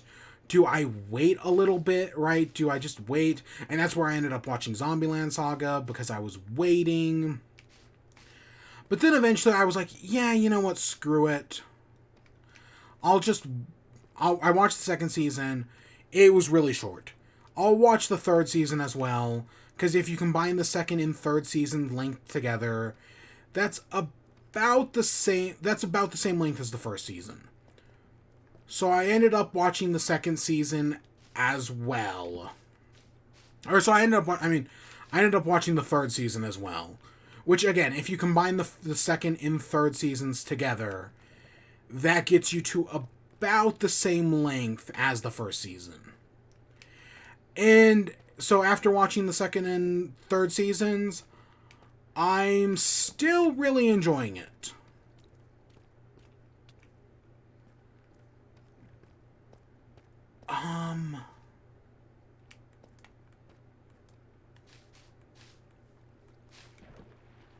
Yeah, I still think it's a good show. The second and third seasons definitely go some interesting places. I will say that. There's definitely this whole mystery. Some of which I was like, yep, that's totally where that's going. Others, I'm like, okay, like the whole thing with the stars. So, I guess I should just say spoilers for the second and third season. Yeah, let's just start off with that, I guess. But yeah, like, so the whole thing with the stars, I was like, I did not see that coming. The whole Horde Prime, same thing there, did not see that coming. But I do think that's very interesting. You know, some of those, right, Horde Prime, the whole things with the stars and Mara, I do like that. So I am generally invested in some of this stuff. But, you know, I've still got a good ways to go on this show. Because I know there's still a whole other season and then some waiting for me. Okay, these glow berries aren't great. I'm just going to ignore that slime.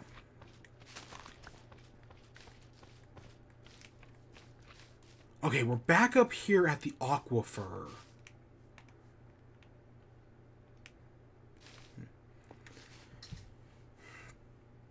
But yeah, so let's see. Let's just start with the second season.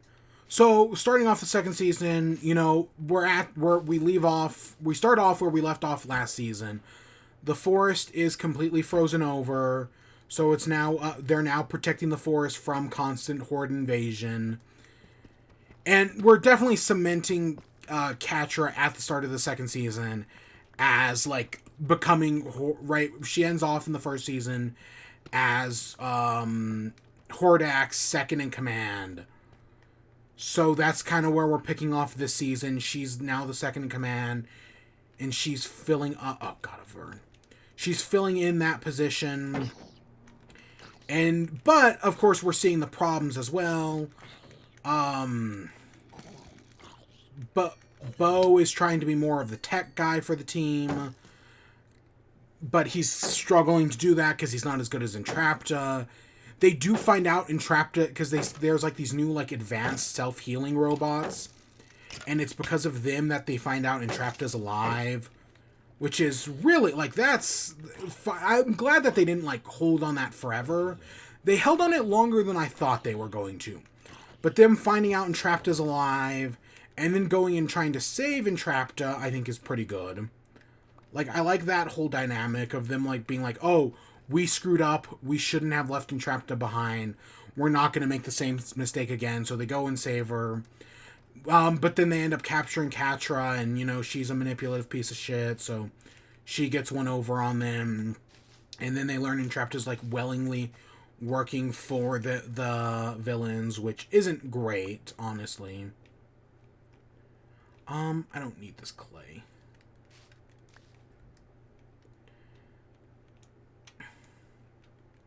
But yeah, it's definitely of a tense nature with what all they're having to deal with.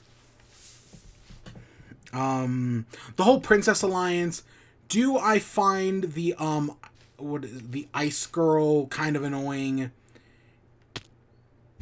Holy shit. Yes. Yes, I do find the Ice Girl kind of annoying, but she, like, the show's kind of aware of it. They're also kind of aware that she is a kid.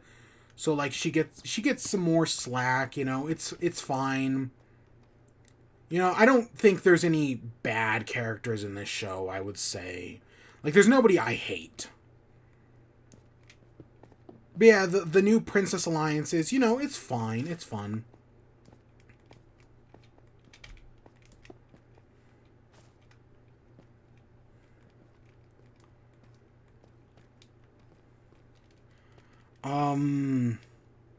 Let's see. What else?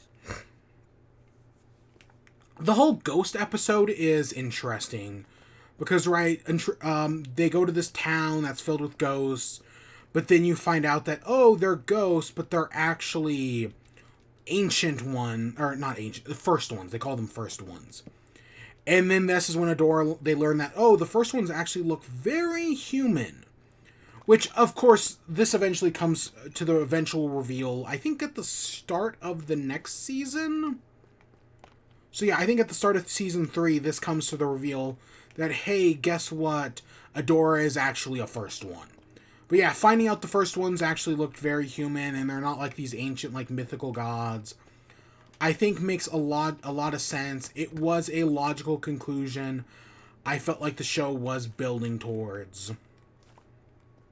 Because I think by this point we know that Adora came out of a portal, right? I think that's already been established in the show by this point. But yeah, the actual ghost story episode I think is probably the weakest episode in the season. Just because, you know, it's mostly them running around scared of ghosts and whatnot. Not much happens. I just wasn't too impressed with it all overall. We're back here? Really?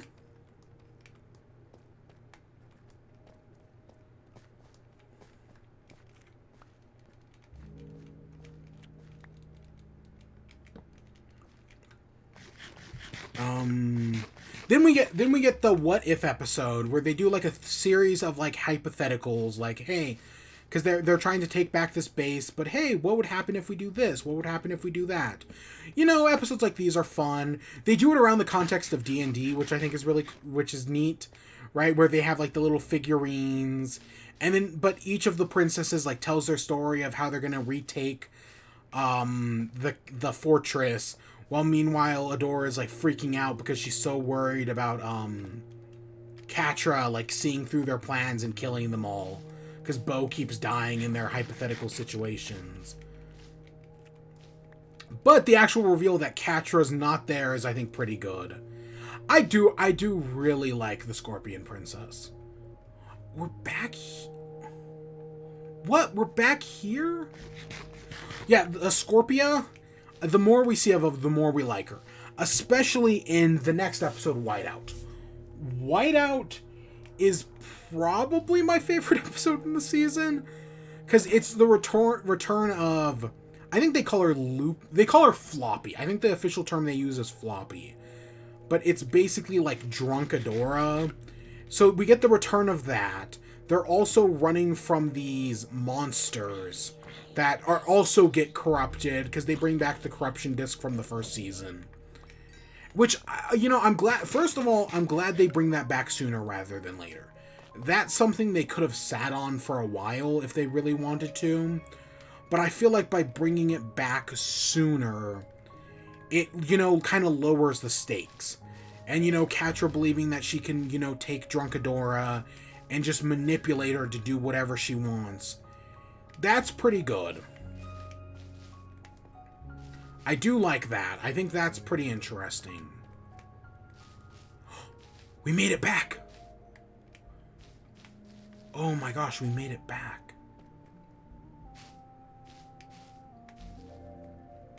God, this place is a mess. But yeah, so Catra trying to manipulate Drunkadora. The bit with Seahawk in Scorpia, though, is like, that's the moment I knew. I was like, yeah, I like Scorpia a lot. Seahawk, I can take or leave, but the bit with Scorpia, no, that's really good. That's really fun. And yeah, just the entire episode, I just thoroughly enjoy, right? Having Adora be off her game, so that way everyone else has to deal with their own things. Scorpia making the decision to be like, no, I'm gonna save Catra. We're gonna be friends. Maybe we'll go bowling. Or did they say bowling or karaoke? I don't remember. It's something lighthearted like that, though. That's very fun. I think the whole episode... Oh, did we leave the crafting table down there? Whatever. The whole episode around, right? That whole episode, the Whiteout, them running from the monsters, it's all around just a very fun, very solid episode with some good character development for the villains. Because yes, by this point, Catra's just getting worse and worse, right? She's becoming more evil, she's becoming more sinister, all to stop Adora, and we definitely see that in the third season. There's a moment that I just, so good. That really tells you everything you need to know about our character.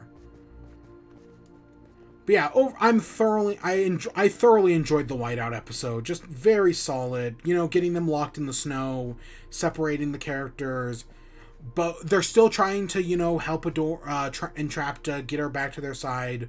Meanwhile, she's learning about science because by this point, Catra is like losing her position in the Horde. Because as what's going on is slowly over time, Hordak has been like building this portal, and now Entrapta is like starting to help him build the portal, but this puts Catra on the outs because she doesn't know anything about this, but Hordak really wants this portal. So you're kind of seeing the, I'm gonna say, falling out from them. Yeah, let's go with falling out. Let's put these diamonds and this redstone away. Because, yeah, Hordak's trying to make a portal. Originally, he's just trying to connect to the rest of the Horde. Later on, you learn about Horde Prime and that there's actually this bigger sort of evil out there. And that Hordak is actually just straight up a clone. But, okay, I totally see where the Hordak being a clone is going. Where he's going to eventually, get in contact with Horde Prime. And then Hordak Prime is just going to straight up kill him. Right? Because, they don't Hordak doesn't tolerate weakness in Catra.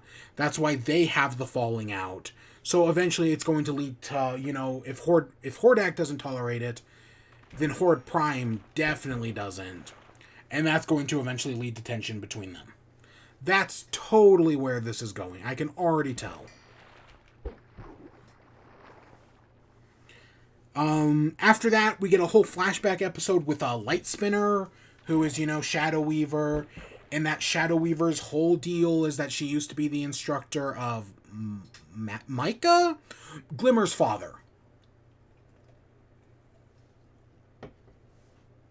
And that she was originally worried about the Horde coming in and taking over all of Eternium. So she basically used dark magic to power herself up. But it came at a cost, right? Now she's all deformed and whatnot. And the rest of the people in the Magic Society treated her as a villain, so she ran away and joined the Horde. Because her allegiances are just to whoever can gain her the most. And also against whoever wronged her. Right? The Magic Society wronged her, so she goes and joins the Horde. And then Hordak has now wronged her and betrayed her. So now, of course, it makes sense for her to go join the rebellion. Not that she wants the rebellion to win, more or less. It's just that she wants Hordak to lose. I'm fully expecting, because by the third season, she's helping out Glimmer and whatnot fight the rebellion. But I'm fully expecting it to twist again, and she's going to either join back up with the Horde, or she's going to betray Glimmer. I mean, we already see her doing some darker shit using Glimmer's magic. But I guarantee you it's going to twist again at some point. But yeah, the whole backstory episode, the actual backstory of Lightspinner is whatever. But the whole bit with Catra, trying to be like, give me a reason to convince Hordak to let you stay. And then Shadow Weaver just feeling bad for Catra, like, yeah, I know what it's like. I fell out of position because of you, and now you're falling out of position because of Entrapta. Let me help you. We'll put you in a better position. That's really good, especially because it's all manipulation. Because Shadow Weaver does not give a shit about Catra. Adora is her favorite child. Because that's part of, Catra's whole reason for wanting to help Shadow Weaver, is that Shadow Weaver is her mother.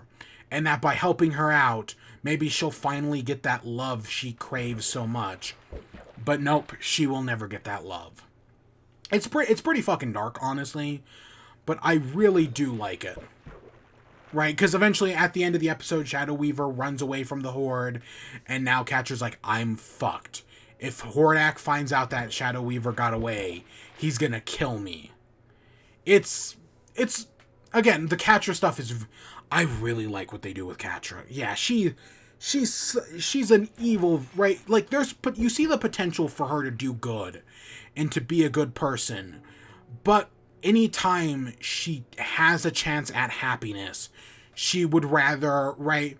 She will say, in the third season, she will say, I would rather have the world end than be happy. Or I'd rather have the world end than let Adora win.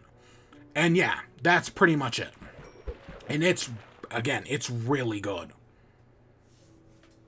And then at the final episode, in the final episode of the season, you meet Bo's dads.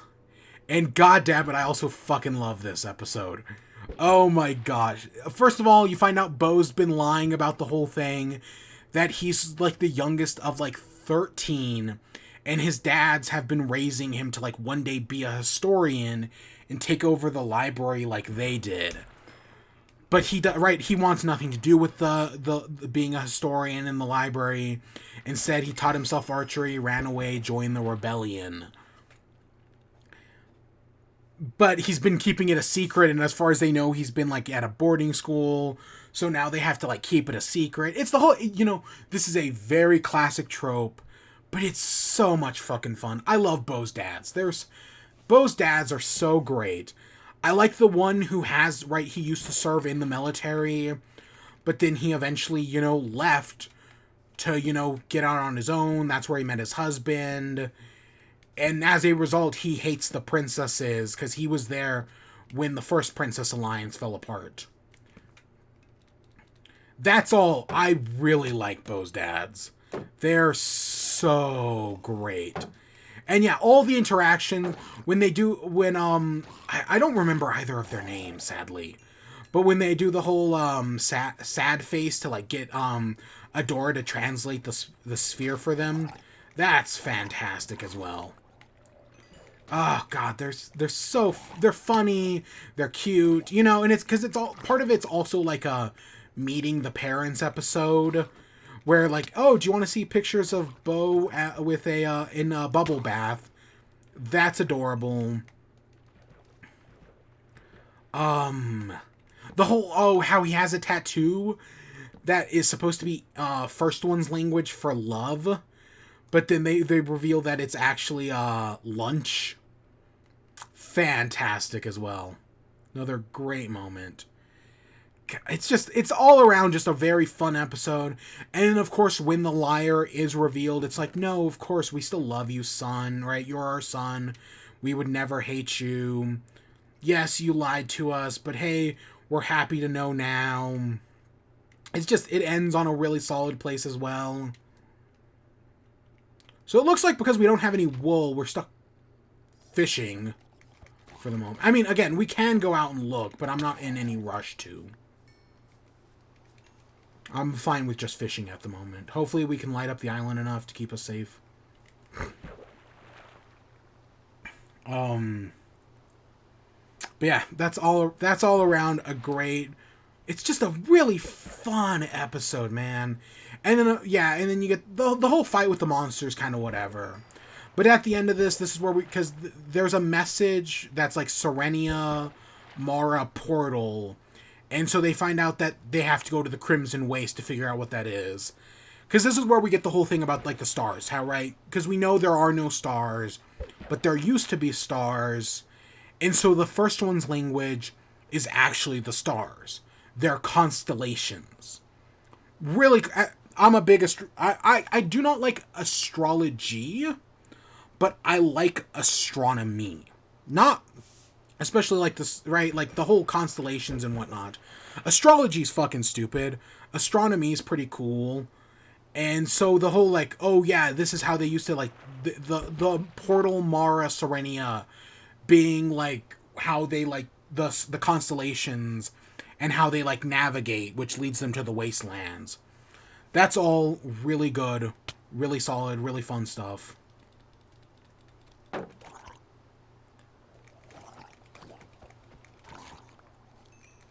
So yeah, I think the season ends on a very, you know, it's not like a big like lore reveal-ish note, because yeah, at the end, Catch, is this where, does that happen at the end of this episode? No, maybe it's the next episode, and maybe it's the start of the next episode, where where at least at the end of this episode, Catra is revealed to be a liar to Hordak, who is like, oh, you lied to me. So now I'm gonna, like, right, like, he starts to, like, suffocate her. Because he's got, like, this atmosphere machine. So there's this whole thing. So now Catra has fully fallen out of favor with Horde Prime. Which leads us into the third season, where Entrapta also learns about the Crimson Waste. Right? But because before they were wondering, like, where the signal came from. Entrapta is smart enough to actually figure out where the symbol came from. And it's like, oh, we need to go to the Crimson Waste. Entrapta still cares about Catra and ends up sending her to the Crimson and convinces Hordak to not kill her, but to instead send her to the Crimson Waste. So yeah, Entrapta's going there, but for the most part, this first episode is all about Shadow Weaver has been found, she's dying. Adora is able to heal her, because Adora, right, throughout the first two seasons, she's tried to use healing magic, but never been able to successfully do so. But Shadow Weaver is finally able to teach her well enough to use her healing magic. She's able to heal, right, Adora is able to heal Shadow Weaver, learn about the portal. This is where she learns that she's a first one, that she came through the portal. Right, that while Shadow Weaver saw her potential for greatness, Hordak never did. And that, right, it makes sense that she's She-Ra. Adora kind of freaks out about this, because, like, it begs the question, like, is Adora, right, is she human? Which does actually make me wonder, are the people in this, right, they're not, I don't think they use the word human, but are they descendants of first ones? Are they like two different societies? Like, at what point, like okay, we know Adora is like original, like first ones. But are these other people like just like descendants of first ones? Like, is there like where is the divide? Right? Because like the first ones are very human-esque. Is it like a thing where they're like the first ones came to this planet, but there were already people living on this planet, and maybe like the princesses are like the people who who have magic, are the people who like bred with the first ones, so they're like half bloods? Is it something like that? I don't know. There's a lot of possibilities here, is what I'm saying. But yeah, at the end of this, they decide to go to the Crimson Waste, which is like this desert wasteland where nothing lives and everything dies. So now all of our characters are converging there. The first episode has the heroes going to the Crimson Wasteland. They meet Huntara. Huntara originally, she betrays them, but then but then eventually they like come back and it's like, no, there's more here, especially because once she finds out that, oh, Adora is She-Ra, because she was a member of the Horde as well, who defected like Adora, so they're not so different. I like Huntara, because she's like, oh, she's the strongest one in the wasteland, but everybody in the wasteland is running from something, and right, they don't trust outsiders, even though from what it sounds like, everybody in the wasteland at one point was an outsider. And yeah, the episode ends with them finding a ship. They find a ship that is going to lead them to... That is Mara's ship that crash landed. The next episode picks up... It's the opposite side, Once Upon a Time in the Wasteland, where we see what Catra and Scorpia have been doing in the Wasteland. And that, because Catra... She puts it as, like, she has nothing left to lose. So, like, nobody in the Wasteland can threaten her, because she's already lost everything. They can't steal anything from her. And because of that, she's just able to take over the wasteland. And I really do like that. Because, like, there is this obvious thing where it's like, oh, if Catra, after being kicked out by Hordak, losing her position, she could have just gone and joined up with the rebellion and Adora. But she's so far down her path of villainy that, like, she doesn't even see it as an option. But she instead takes over the wasteland, right? She takes over the bar that they stop at. Some other guy tries to, who's like, oh, I'm the second strongest after Huntara. And Catra just kicks his ass and steals his whip. But yeah, now she's ruling the wasteland. Meanwhile, they find out through Mara's spaceship, they find an old recording of her and learn that, yeah, she crashed the ship because the terrible thing she did was because she knew the Horde was coming to take over Eternia.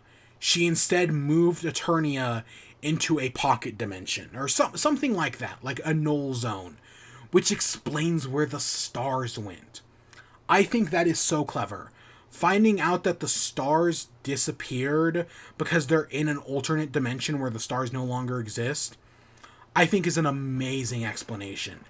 And I think it really is, I think it's better than any other one they could have given. Honestly. Like, I'm sure there could have been other stuff they could have done. But no, finding out that this is how it's going, that they're in an alternate dimension. Because, like, it's nothing that Mara... Like, yes, it is something that Mara did, but it's not like Mara wiped out all the stars in the sky, right? She just hid them. So that way, hopefully, nothing happens to them. That, I think, is really good, right? I think that's really cool. I really like how they did that. I meant to do this earlier. Where's my logs? And where's my charcoal?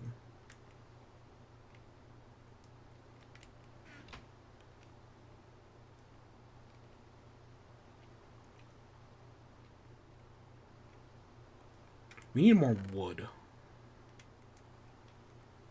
Ooh.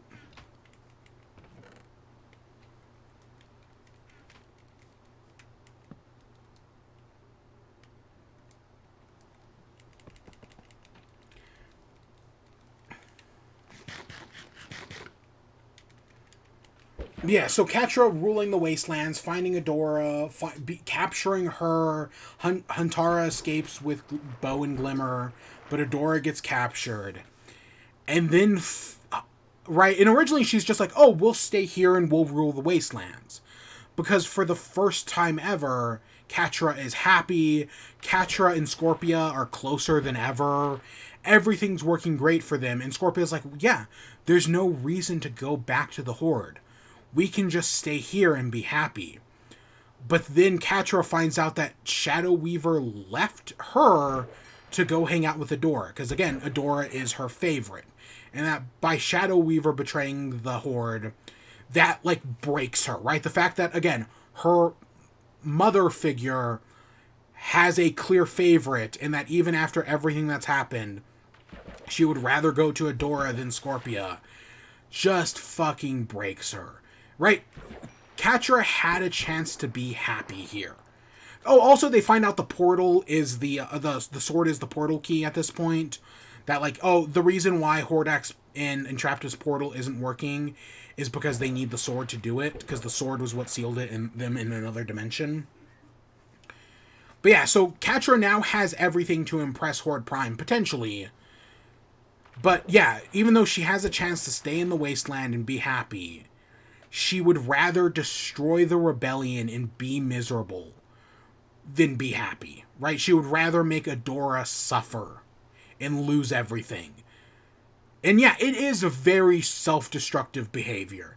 And we see this in the next episode when Entrapta realizes that the portal isn't going to work and is going to, kill them all potentially. And she's like, no, we can't do this. And Catra's like, no, if it destroys the world, it destroys the world. We can't let the heroes win. It's very self-destructive, and it's very sad to watch, but it's very entertaining. Like, I'm fully invested in, right, and I know that's what the show's going for. There's a reason they get so much focus. But it's so good, man. The whole Catra going from, right, she rises up the ranks, she falls down, and right, the first season is her rising up, the second season is her falling down, and the third season is her self-destructing, basically. So that's really good. In the fourth episode, right, all the princesses go to save Adora. This is where a Glimmer teams up with Shadow Weaver to, increase her power, much to the dismay of her mother, because, right, her mother is pissed at her for heading to the Crimson Wasteland without telling her. And they break in, and the episode just devolves into chaos, basically, because, again, She-Ra is trying to convince Adora is trying to convince Entrapta not to activate the portal, that it's going to destroy the world, basically. And eventually Entrapta learns that, yeah, that's the truth, but by then it's too late. And Catra's already gone full villain and sends Entrapta away to Beast Island. That's got to be something that's going to happen in the next season. Right? They've been setting up Mega Jail so much that we're going to have to eventually go to Mega Jail, right? Whether it's going to be to save Entrapta at this point. But, like, that's something that has to happen. And who else? And there's going to be other people at Mega Jail as well. If you don't get, there's the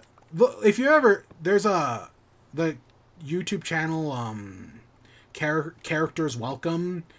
Look up that one. There's a video on that one called Every YA Dystopian Ever. And they bring up, like, oh, in the first book we keep mentioning Mega Jail, so that way when in the second book the book takes place in Mega Jail, you'll be like, no duh. And that's Beast Island at this point, right? They were going to send Shadow Weaver to Beast Island, Entrapta's in Beast Island. They keep setting up Beast Island. It's going to be something that happens eventually, right? Like, we're going to have to go there. And I'd honestly be surprised if it doesn't happen in the fourth season. So Entrapta's gone, because Catra is, like, right, Catra knocks her out. And Catra also turns on Scorpia, right? Scorpia is so close to, because Scorpia has a crush on Catra, right? Like, that's like, I do definitely think it is something romantic. Like, there's just some, especially this scene where she gets betrayed. It's very clear that, like, something is up. That, right, their feelings are more than just, like, boss and villain and sidekick or henchman or whatever. There's clearly something more romantic going on. At least that's how I'm reading it anyways. But yeah, I feel really bad for Scorpio, especially when Catra turns on her and it's like, oh, you want to go to Beast Island as well? Because, again, she's on her path of self-destruction at this point. Yeah, that sucks. But yeah, and this eventually culminates in everyone gathering at the... Or at least Catra, Hordak, and Adora all at the portal. And Adora tries to convince Catra not to do it. She does it anyways. Whole world goes white. Next episode does something I fucking love. I love when shit like this happens. So in the next episode, it's Adora wakes up, and it's as if she never left the Horde. Right? She's still in the Horde. Catra's still her best friend. She's living in, this, pseudo, perfect world where everything's worked out.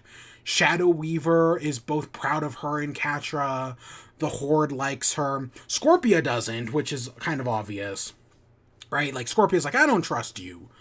But, everything's going great for Adora. But she keeps seeing these, flashes of lights, and she keeps having these memories. Because she's living in this false reality where it's oh, everything's perfect, but obviously it's not. I fucking love shit like this. Moon Knight. When Moon Knight did the Asylum stuff at the end of the 4th episode, fantastic, right? Even though I think Moon Knight went a little too far with it, at least in that episode, I still the idea of, oh, was Moon Knight all a dream this whole time? Has he been in an asylum? Very clever. God, that's so great. Another great example is Batman the Animated Series, the episode Perchance to Dream, where all of a sudden Bruce Wayne wakes up one day, his parents are both alive, he's engaged to Selena Kyle, somebody else is Batman. And then, of course, as it goes on in the episode, he's like, am I crazy? I have all these memories of being Batman. And then it just kind of unravels beneath him. Fantastic episode. And yeah, this one I also think is pretty good. Because, Catra is just she wants to enjoy this, right? Oh yeah, she may be Adora's second in command. But, which is something that she vehemently is against by the end of the first season. But it doesn't matter, right? She's happy, she's getting approval from Shadow Weaver. Everything's going great for her. But, of course, Adora is aware that something's on, time is, skipping around, and the world is falling apart. And eventually Adora convinces Scorpia that, no, this isn't real. But then eventually Scorpia gets, separated from him, or from her, and then she eventually tries to convince Catra, and Catra remembers, but is no, I don't want to leave, right? This is great. But, of course, Adora eventually, I think, electrocutes her, and they try to run away back to meet the... Because she's told by, I think, Madame Raz, of all people, who finally shows up again. Because Madame Raz is an ancient, one of the first ones, right? They don't say it, but she definitely is, because her daughter is Mara. Unless, of course, there's going to be the crazy twist that she is Mara, but I don't think that's going to happen. But yeah, she's told to go back to where it all began. She thinks, oh, Bow and Glimmer, so she tries to run away with Catra. And then we get, I think what is the quintessential Catra moment, where she straight up is I would rather destroy the world than let you be happy. Right? This whole thing, the world falling apart, I would rather destroy it all than anything else. That I think sums up her character in this 3rd season, with her just falling apart and destroying everything. But yeah, so, and then of course she falls into, she sacrifices not even sacrifices herself. Because as far as she's concerned, she's got nothing to live for. Her world means nothing, so destroying the world means nothing to her. So she lets herself go into the light and get, disintegrated or whatever. But no, surprise, surprise, she actually is alive, and now she's all, scuffed up and everything. Meanwhile, when we go to... So in the next episode, when we go to Bow and Glimmer, which is the final episode of the season, I'll be honest, I didn't realize the season only had 6 episodes. I thought it also had 7. But so in the final episode of the season, We find we find out Bo is acting as the royal historian, and Glimmer is having a good time with her mother in this perfect world, because surprise, surprise, her father is still alive in this perfect world. That's a great twist. Honestly, making I think his name's Micah, making it so that he's still alive in this alternate reality. That's pretty great. And it leads to a great scene where where it's like the queen has to leave and she's like, "You're not real." Again, oh, you want another alternate reality story that's fucking amazing? What do you get the man who has everything? It's, I think, the second episode of Justice League Unlimited. And that's another amazing one where Superman is still on Krypton, right? Krypton didn't explode. He's still got his parents. He's got a wife. He's got a son. And then the heartbreak at the end of the episode when he realizes his son isn't real. Oh, it's so good. And again, that's kind of what happens here. When the queen, Angela realizes that her husband isn't real. And it's just like, "I love you, but you're not real." He flies off, and then just the last thing Micah says is, "I love you." And then he gets poofed as well. So fucking good. God, if you've never seen Batman the Animated Series or Justice League Unlimited, even just Justice League, they're so fucking good, man.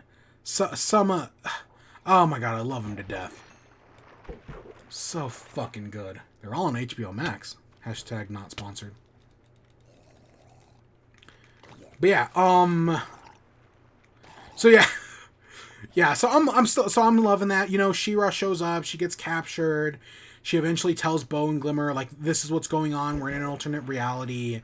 We need to fix this all."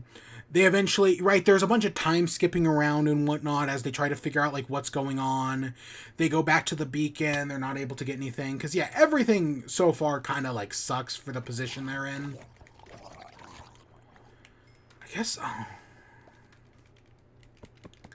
But yeah, they eventually go through. We get a bunch of other, like, characters here. Like, they go to Entrapta to find out about the portal, and she tells them, like, what's going on with the portal, and that, yeah, everything is not as it seems, obviously. And she also tells them to go back to the beginning before getting disappeared herself. Because, yeah, people start, eventually, because they learn that Adora is, like, the center of this, as the other people start getting, like, poofed away from it. So, like, Entrapta disappears,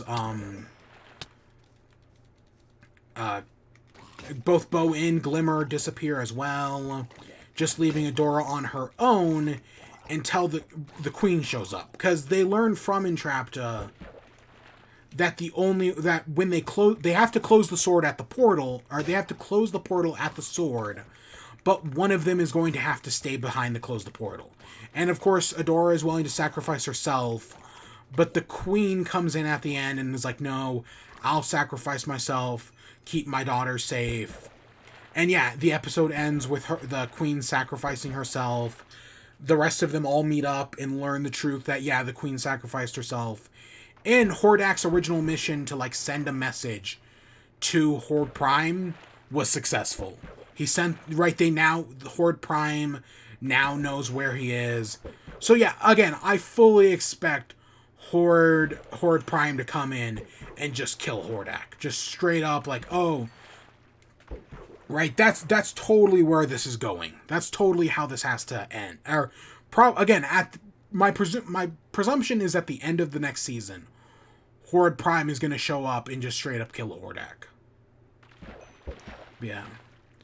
But yeah, again, I think these final two episodes are pretty. They're much like, whereas the season 2 finale is kind of like subdued. This season finale is much bigger. I do wonder. So I've learned a lot recently about how Netflix has this thing where they'll order like a season of a show. So they'll order like 12 episodes, but then they'll only release like 6 at a time, and release them as like partial seasons, which allows them to pay animators less, right? It's this whole tactic to, like, pay people less money to, like, work on these shows. And I do wonder if the second and third seasons were originally just supposed to be one 13-episode season, but something like that happened. Because I know that has happened with other Netflix shows. Centaur World, supposedly, right? It was one season that was broken up into two. Cuphead show. The Cuphead show was originally one longer season that was then by Netflix broken up into two seasons. So yeah, it's a shady tactic to undercut animators, and that fucking sucks. You know, I actually do feel pretty bad, but I wonder if that happened here. But I know, because I know the fourth season is, I think, 13 episodes, and I'm pretty sure the fifth season is also 13 episodes. Again, I have no proof, so anything's possible, but it is just something I do wonder. But yeah, overall, I do think this is these two seasons were very solid. I definitely did I think the third season, even though it is shorter, I also do think it is stronger overall, right? The 2 episodes in the Crimson Wasteland are pretty good. The 2 episodes of the Remember episodes are both really solid. I need a new sword. Or something. I'm gonna make an iron one.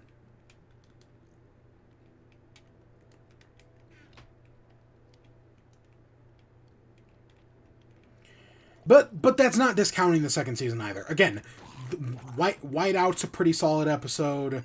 I thoroughly enjoyed it, and then the Bo's dads are also just it's just a fun episode, man. But yeah, overall, I'm still really enjoying it. I probably could have binged the entire show by this point, because I am just having so much fun. I'm thoroughly enjoying this show. Oh god, our shield's almost broken. Okay, I gotta remember that. I'm just thoroughly enjoying this show so far. It's really good. It's something I should have been watching for years now, and it's my fault for not doing it. But hey, better late than never, right? Yeah, and definitely next week we'll definitely talk about the 4th season. I'm trying to not binge it too fast, but the fact that both the 3rd and the 4th seasons or the 2nd and 3rd seasons were the length of the 1st, it just kind of made sense. Finally, this is what I've been looking for. This is why we've been doing so much fishing. Well, that and, we need food.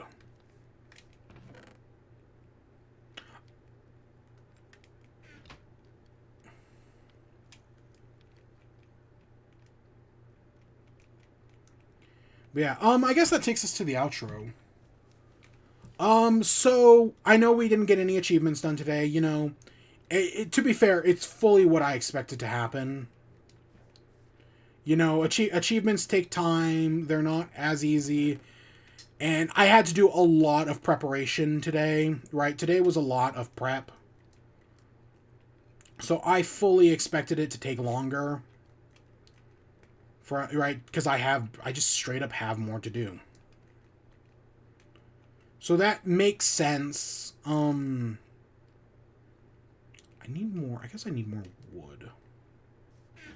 Let's go. Let's make a stone axe.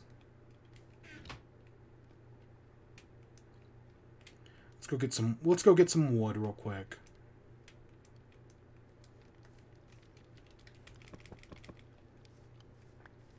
Yeah, because there's wood right over there. Yeah, we gotta find a village. But I think we more or less have everything to get the Depth Strider achievement. So I think that's our first goal, I guess. Would be to see if we can get that. We're gonna have to... okay, we're not gonna end off yet, actually. We'll probably go for another, I don't know, half-ish hour. Maybe, maybe not. I don't know. There's some more things I want to do first, though. Rock hod. Let's go get some more wood real quick. I want to stay base on this island, right? I think this island's a good place for us for the moment. I know it's open, but that's fine. We need more coal. We really do need more coal, because we're almost out. But we can come over here and get some wood. I do want to take the sugar cane back as well.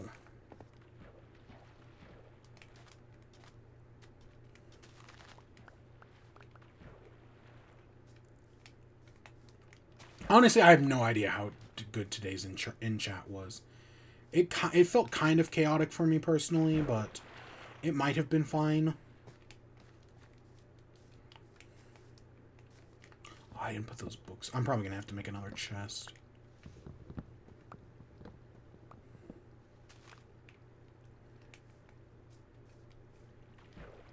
Okay, we got cows, but I don't need leather. I'm getting sugarcane because if we can find... When it comes to villagers, I want to find either a Fletcher or a librarian, because those are the easiest to trade with. Because librarians will take paper, and Fletchers will take sticks. And you know we're going to have to trade at Sky Limit. But again, that's probably going to be one of the... We're going to have to go to the Nether first. So I'm going to try to get the Depth Strider achievement. I don't know. We're gonna try to do the Lava Lake one first. I'm gonna try to do that one actually, and then we'll go. And then we'll see. I'm gonna just. I know we could just straight up make a bucket to do the portal instead. I'm actually just gonna straight up make a diamond pickaxe. I know it's probably not the most the best use of our tools, but I think I kind of want to, just because if my thought process is the way it is, we're gonna have to lead a strider through the Nether, and that's easier said than done, especially if we can move the portal. Any coal down here? Just looking around. Wow, the Lush cave biome is right there. I was looking to see if there was any upper coal, because that's what we really need at the moment, is coal.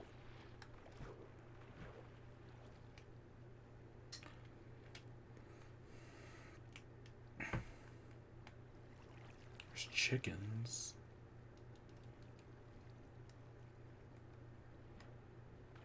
I want to get a bed. Actually, while we're here, we're going to look around this forest for sheep, because we really do need a bed.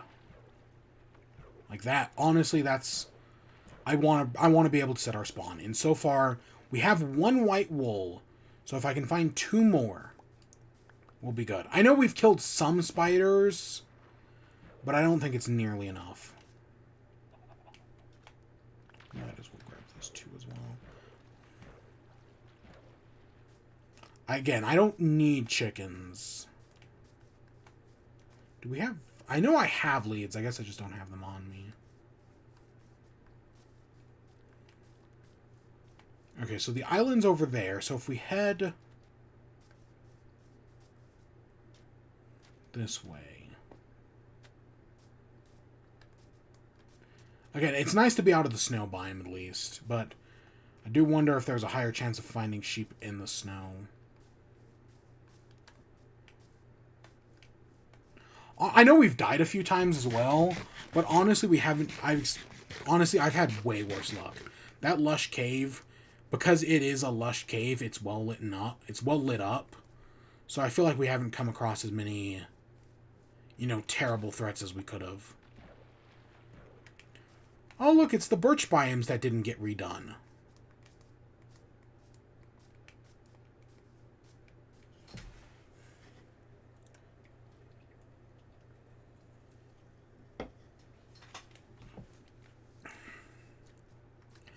Yeah, I definitely feel like I was kind of all over the place with, in chat.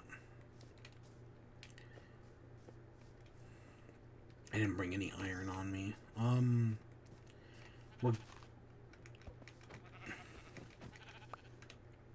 Okay, I just need 1 more white wool. If you grew up, I could get it from you, but I think you've got, what, like 12 minutes left on your reset timer?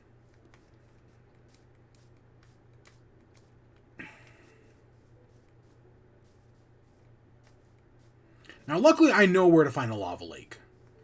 when we go back down, finding a lava lake is pretty easy.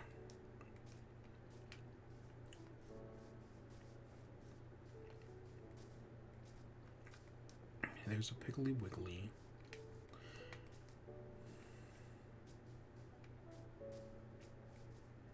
And I should say, since we're doing achievement hunting, yeah, we're not gonna go like do the dragon or anything like that. No, unless I need to, I don't think I'm going to. I mean, we're gonna probably have to eventually leave that island, or maybe even not. I mean, because again, we're gonna have to capture a creeper and a skeleton to get a record disc. Because so far, I'm not having any luck finding a dungeon. And even a dungeon wouldn't guarantee anything. And I don't think, like, a desert temple is guaranteed to have anything either. Oh, boom, here we go.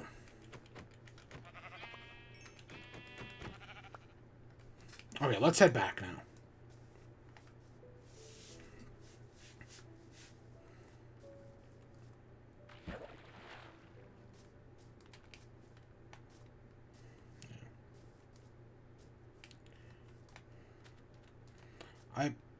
Yeah, 33 is fine.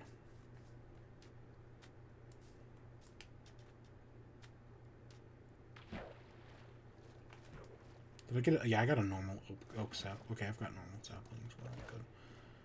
We're all good. Where in... Okay. Yeah, and I'm disappointed. Yeah, I didn't find an amethyst geode either. I know you used to be able to easily find them, like, looking over the ocean. Right? Like, you'd be able to, like, go across the ocean and find them pretty straightforward. I don't think that's... I think they did change that at some point. But while that was there, that was pretty nice. To just be able to, like, see in the ocean and be like, yep, that's an amethyst geode.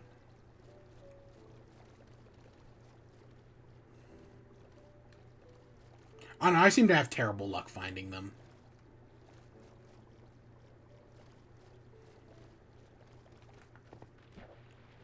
Okay, let's... we're still cooking more fish. I guess let's sugarcane up this coast back here.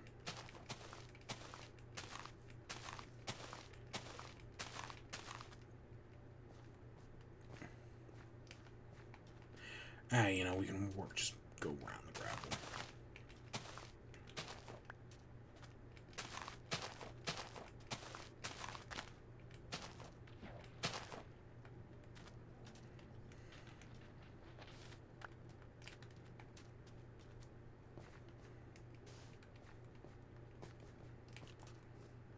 Okay. Yeah, honestly, I think this is just doing this on the campfire. While it takes longer, I do definitely think it's more fuel efficient.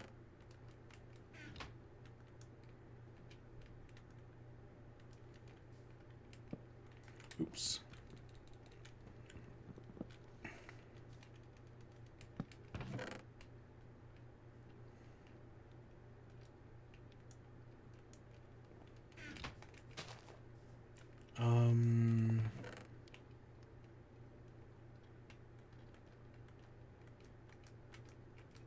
Let's put all this away.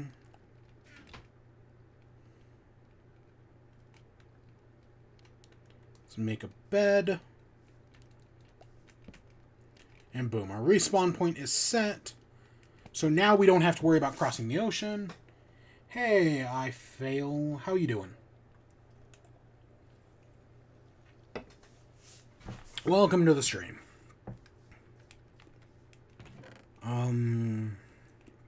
So let's take 3 of our diamond.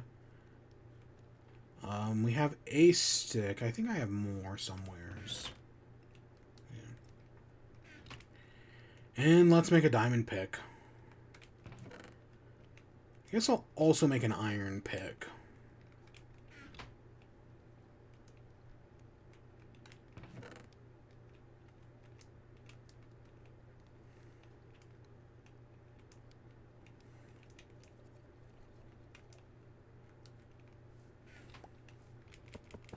Okay, even though I only plan on taking maybe a few of these cods down.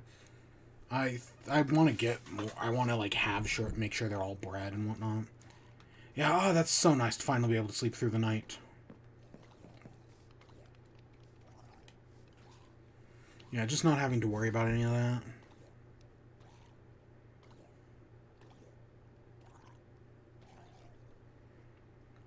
But yeah, I definitely this week in gaming, there wasn't much news. Like, really? I feel like again, not much happened, and oh, I mentioned God of War earlier. I know God of War got rated by the ESRB in Korea, or whatever the Korean version of the ESRB is. And yeah, so again, God of War might be sooner than we think, but yeah. Again, there just wasn't that many stories. Because again, Summer Games Fest is 2 weeks away, so any big like gaming news thing, they're saving for Summer Games Fest, obviously.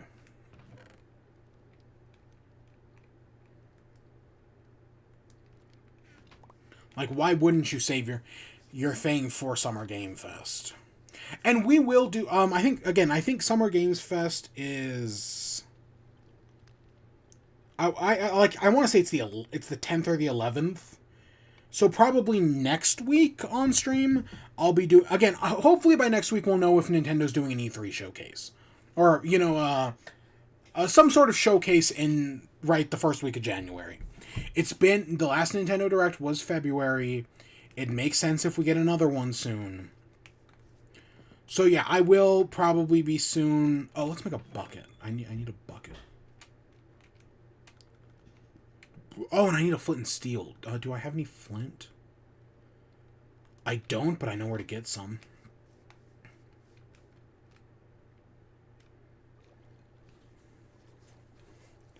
But yeah, I fully expect, Summer Games Fest to have some big reveals.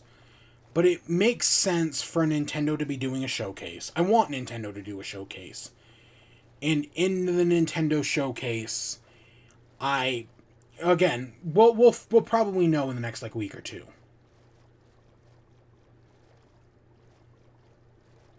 Yeah, if they are, what are they doing for it?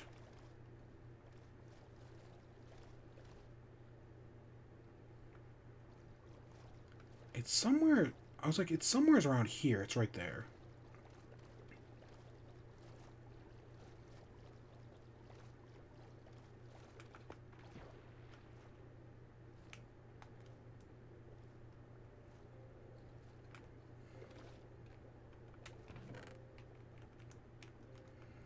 Okay, there's the flint.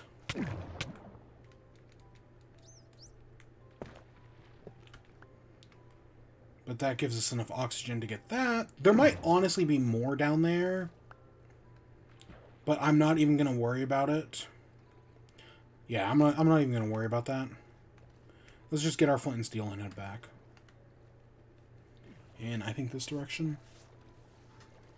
Oh, hey, let's grab all this stuff. If it's still floating out here, I don't even remember what it is.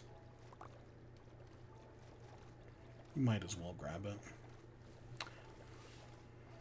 There is a thing about potentially Minecon happening sooner or later. Probably Minecon Online, Minecraft Earth or whatever it's called nowadays.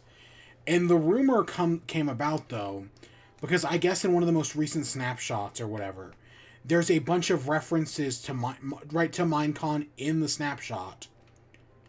But more specifically, there are references to a voting system in the snapshot. So it seems ever so possible that we might get the next mob vote. The next mob vote that people are like, oh, are we gonna finally get what's it called? I'll also split this. Right, people are all like, oh, the next mob vote we're gonna get or whatever we're gonna get. Part of people's complaints about it has been that it's always just been done through Twitter. Right? That, oh, you want to participate in the mob vote, you gotta vote in a poll on Twitter. So people are saying that, oh, well, it would make sense if the next mob vote was done in Minecraft. So that right in the game itself, you could just vote for which mob you like, right? It's done specifically in the Bedrock launcher. Or not Bedrock, specifically in the Java launcher, I think. Or maybe it was the Bedrock. Whatever. There's some sort of there are references in the code in one of the most recent pre-releases of Minecon and doing the mob vote in the launcher. So yeah, that would instead of having it as a Twitter poll, it would make sense if every like day leading up, you could just go in launch the game, so I could launch it here on the Switch, and then just learn oh yeah, this is the mob I want to vote for, right? That makes logical sense. So it looks like there is a likelihood that that's going to be what happens. Again, it's just rumors at the moment, but I can see after all the controversies behind all the most recent mob votes, I do think it would make sense for Mojang to do something like that. To, have their own propriety system within the game. Again, I think the problem with the mob vote is still that it's just rigged from this, that the big problem. Okay, so how do you... I don't have any blocks. Let's get a few pieces of this tuff. So, okay, I don't remember how to... Actually, we need more than this. I just grabbed a few, but...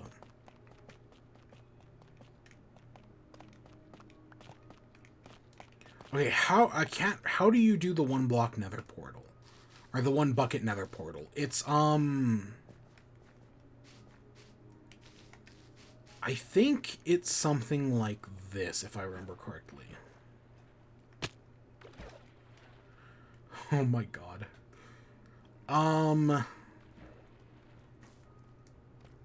So you come to the lake. You do a block. You break the block. You fill it with that. You fill like that. That gets you that. Then you...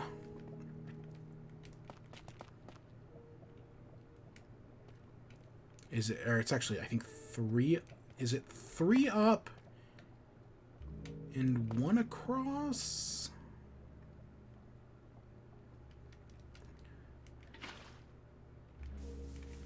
Nope.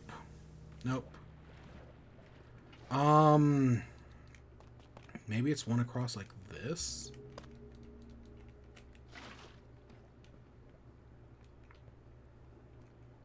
Because that gets that and that. And then I guess it gets that and that.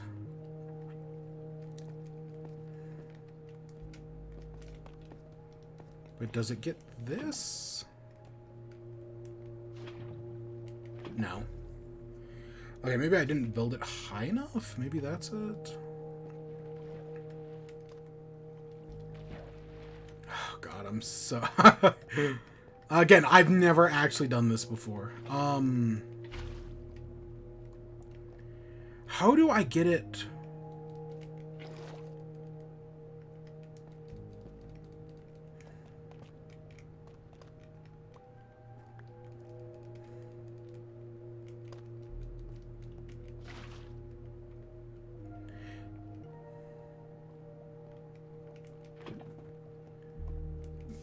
That at least gets me that one and this one.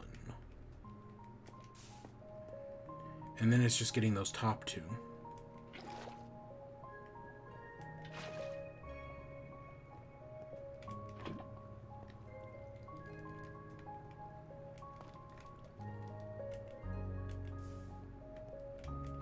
Alright, I know I screwed that up, but still, I knew it was something like that.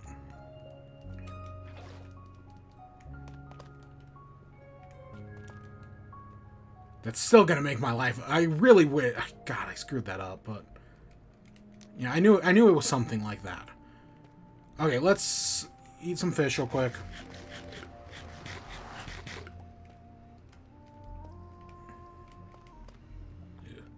Yeah, you know, at least we don't have to worry about falling into the lava. Not that we did before, but...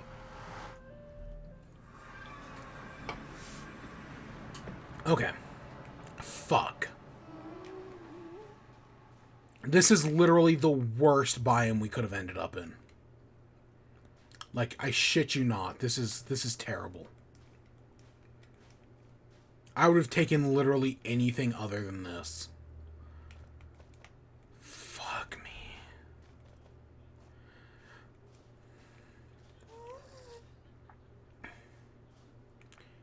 And again, somehow we're going to have to get down there.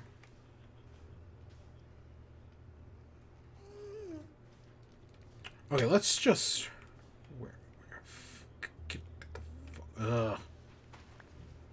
You know, I like on some like the new Nether I have such complicated feelings on, cuz like on one hand, yeah, it's pretty cool. On the other hand, it just fucking sucks.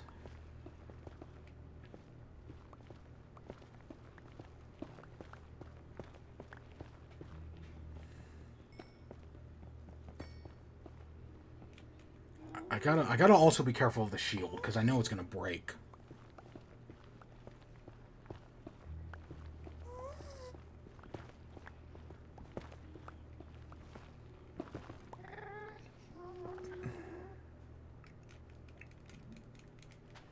Okay, we do actually need... I'm not going to do that.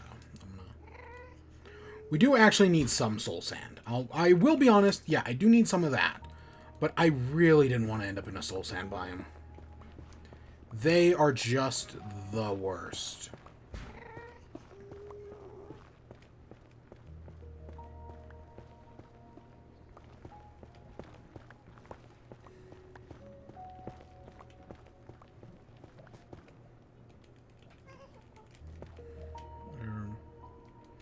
Actually, I guess we're... No, it's right here. I was like, I know at some point we broke it.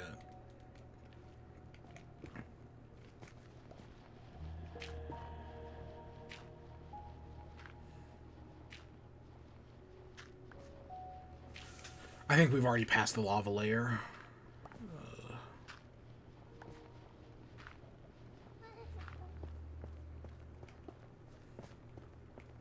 Because, see, the problem is we need to now find a blue mushroom.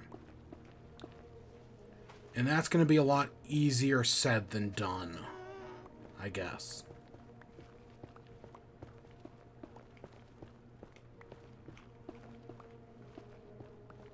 Yeah, we passed the lava.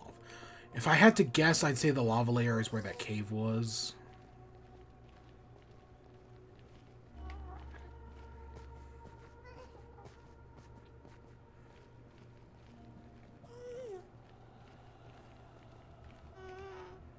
Unless this is just a little, like, 2-block air pocket.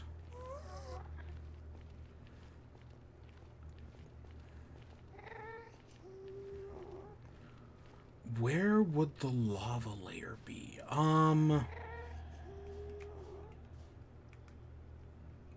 Because that's what we got to figure out, is where the lava hits.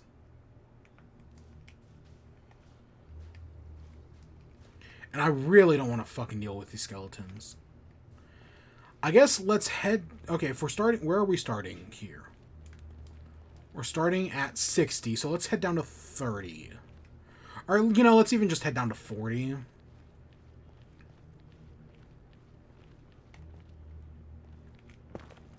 Let's make a hole right like that. And then head back down this other way.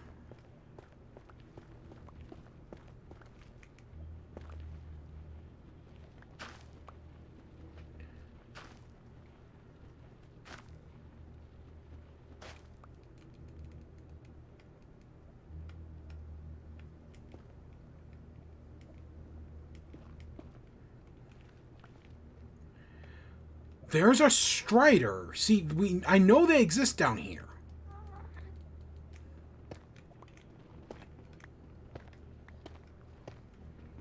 But now it's just about...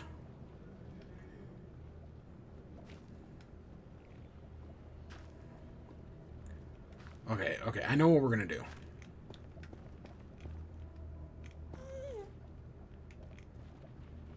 We need a... See, you can't just ride the Strider. You need to blue mushroom it. And we don't have a blue mushroom.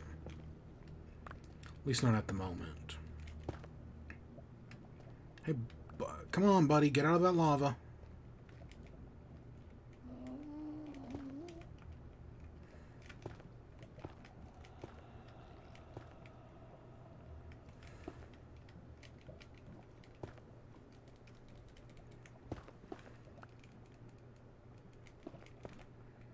Because what we're gonna do, anyways,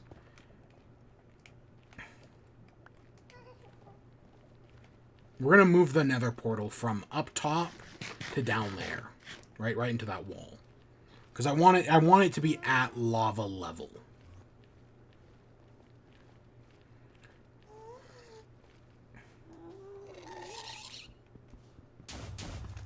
But this is gonna take a minute.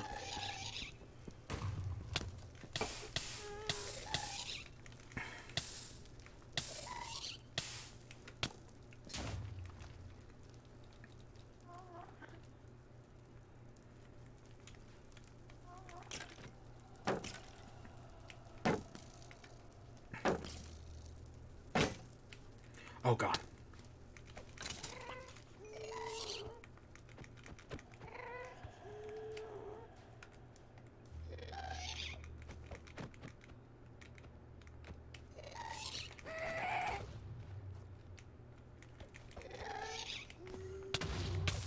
Fuck. Okay, we're not too far away. You know, this isn't that big of a deal. I fucking hate the new Nether. And especially the Soul Sound Valleys are seriously the worst thing ever. The amount of skeletons that spawn in them. Oh, let's get a shield real quick. The amount of skeletons that spawn in the new Soul Sand Valleys is just fucking ridiculous. Like, seriously, it's mental.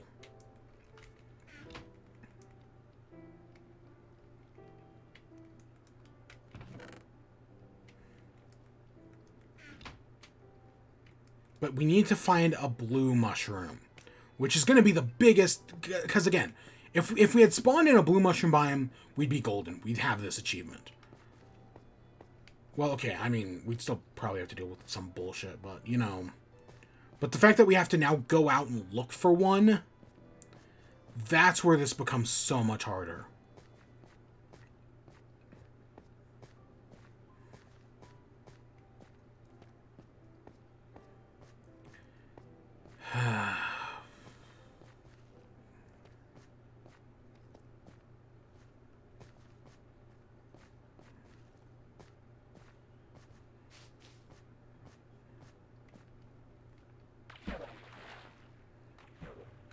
Luckily, the portals... I mean, it's not the quickest thing to get back to, but, you know, I know where it is. I mean, are there any other places you can get blue mushrooms from? There might be something with a trader, but I'm not sure. And, of course, now I have to worry how much of my stuff burned in the fire that was fireballed by that gas.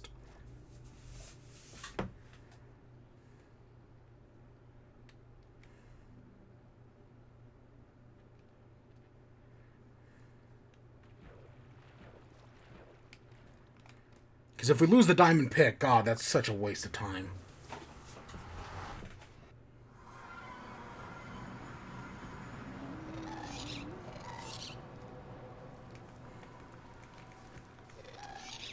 Oh, let's get out of here.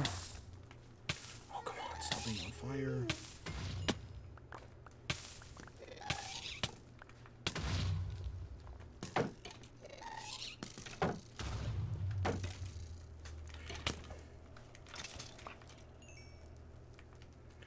I can almost...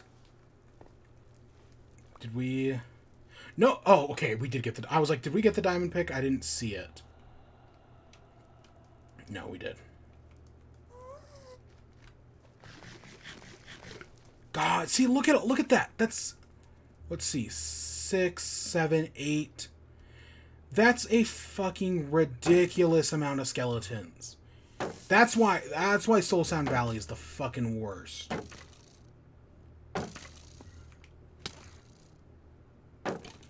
it's just, and skeletons are just such a, I mean, again, if I know I don't have armor right now, so that's probably not helping. Still doesn't change the fact that Soul Sand Valleys are the fucking worst. Okay, we have Basalt Delta over here, which literally means nothing to me. Like, honestly, who cares?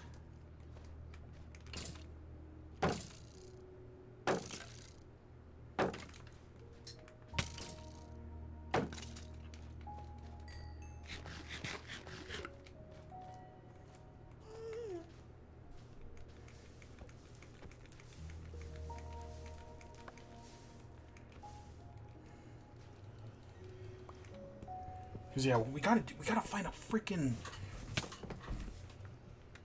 God, I hate these skeletons.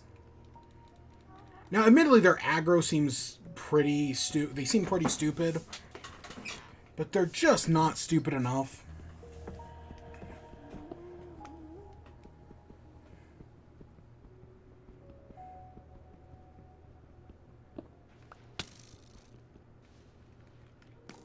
Oh, you're the one hitting me now.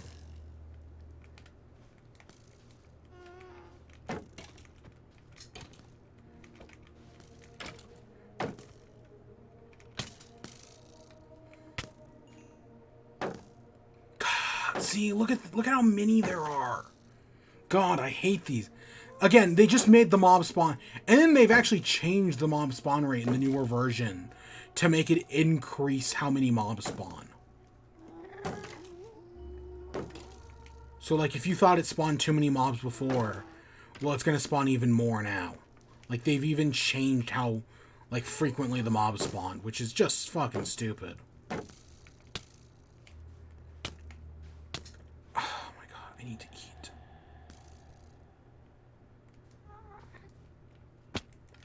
Of course. Of fucking course. I jumped down 3... I hate the Nether, man.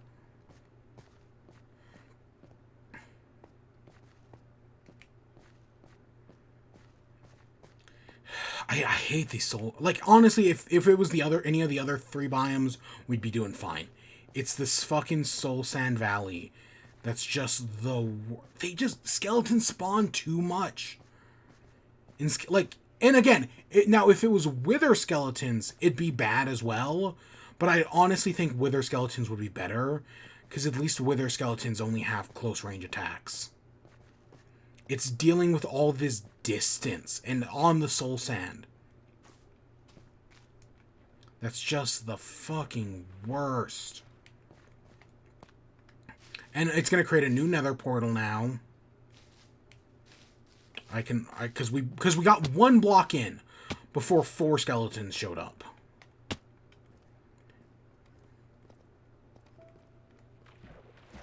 At least that time we weren't around any fire. God, the Nether sucks.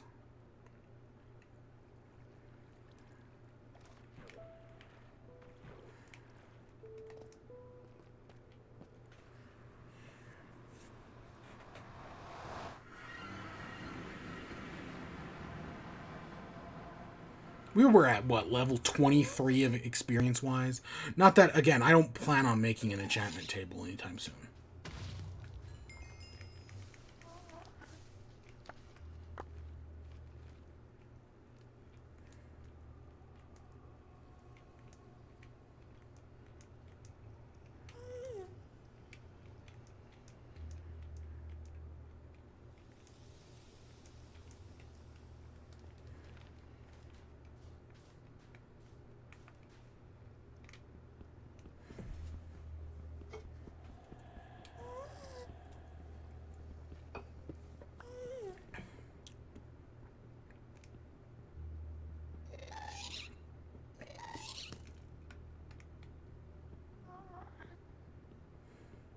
The ghast is aggro on me, but it's not doing anything.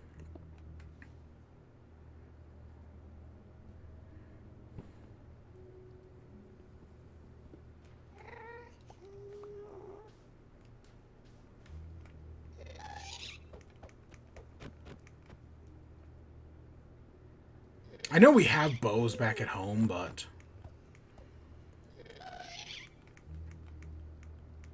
And we're frozen. Come on, come on. Ah!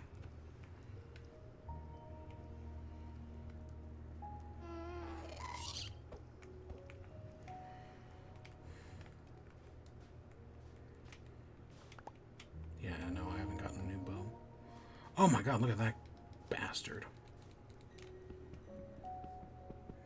God, I hate this. Ugh. At least, again, we only need... only from the Nether, we need the Strider, and we need Soul Sand. That's it. We only need 2 things from here.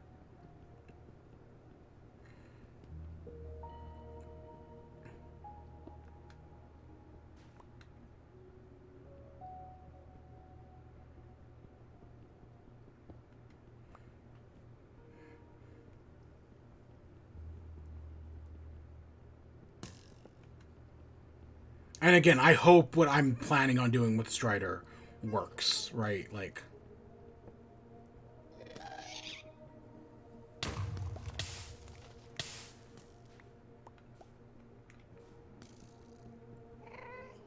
He's aiming at me, but he's missing. Okay, we just need to get 2 more blocks. Technically we have enough, but...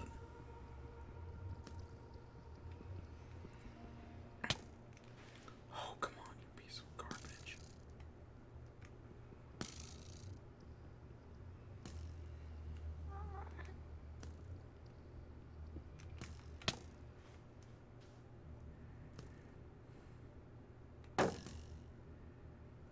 God, this fucking biome sucks. Peace. I'm outie.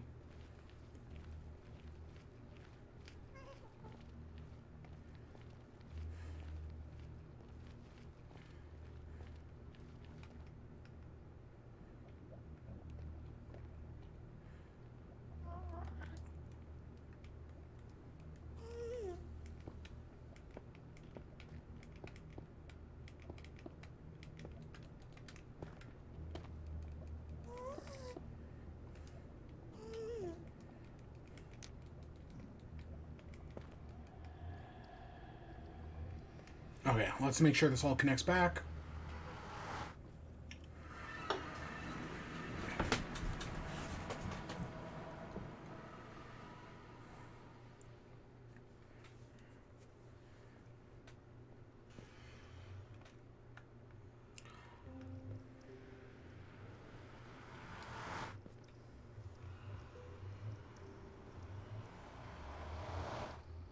Oh my god, I hate the Nether.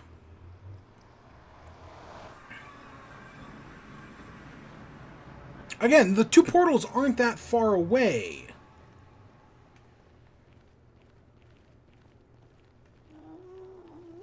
Do Striders instant... Oh, fuck off. Do Striders instantly die in water?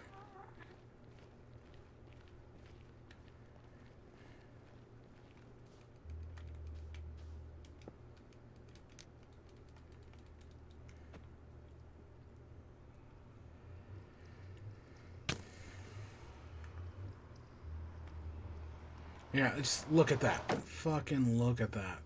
Again, I know I have bows back at home, but whatever. I'm done here.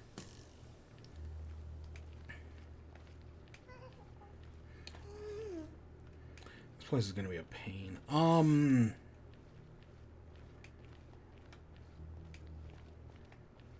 So, okay, we've got... Actually, okay, I'm gonna go back home, take this diamond pickaxe home. I've done what I need to with it here. We don't need it anymore.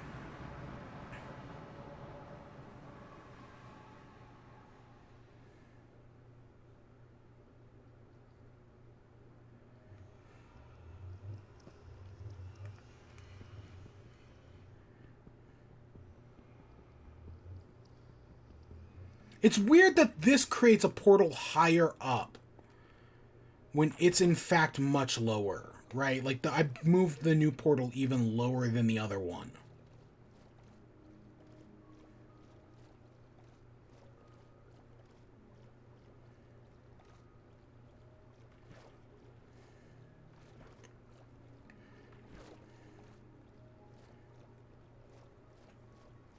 I guess let's cross the Nether.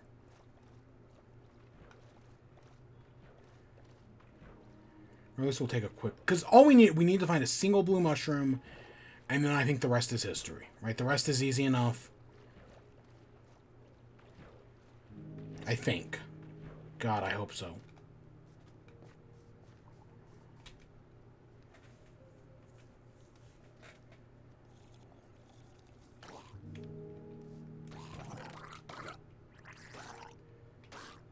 Let's store our soul sand and our diamond pickaxe.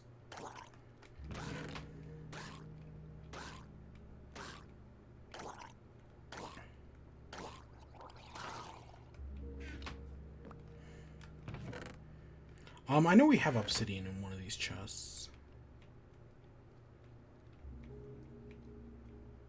Oh, did I store flint in the other one?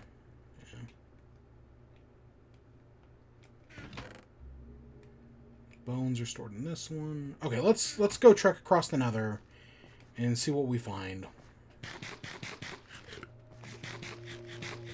Maybe nothing, but you never know. We know where the bastion, or not a bastion. We know where the Salt Delta is, or whatever that biome's called. The one with the magma cubes.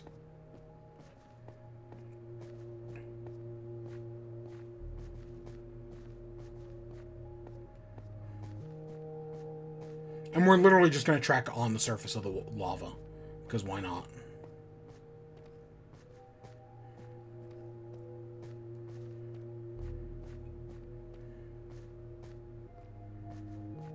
And I don't have that much cobblestone. Even though we could go get more, I guess.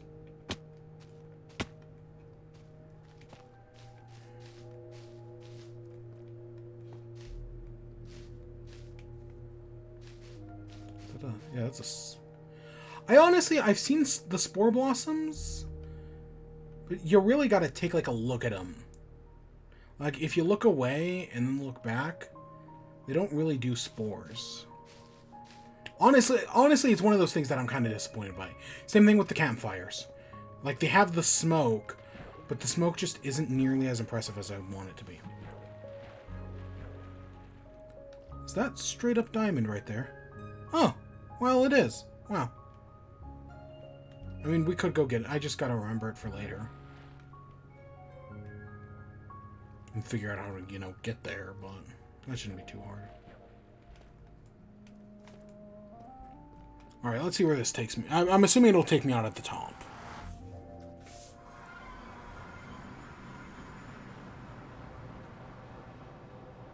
Oh, it does take me out at the bottom. Okay.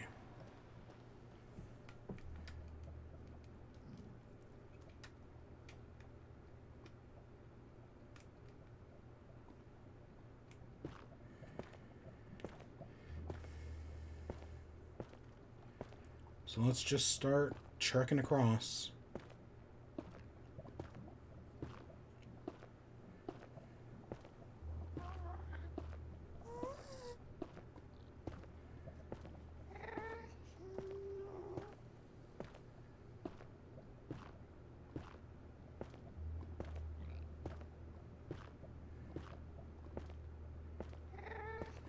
Oh my god, this is literally a nightmare.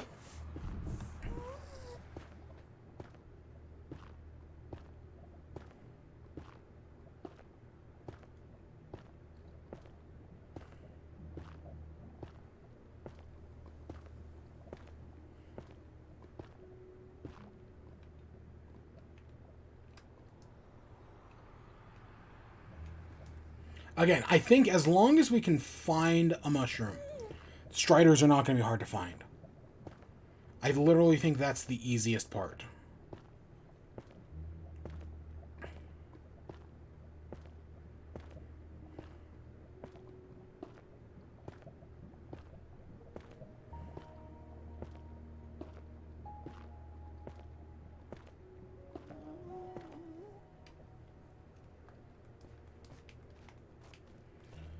I'm just going to run away. We're just going to keep going straight. Okay, I'm trying not to break my stride.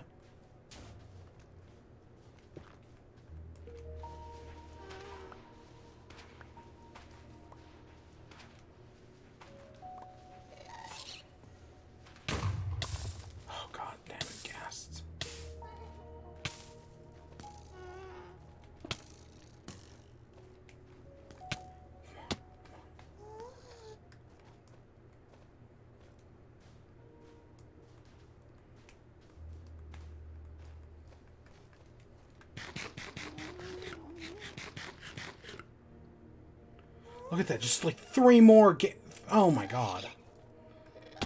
This is a fucking nightmare.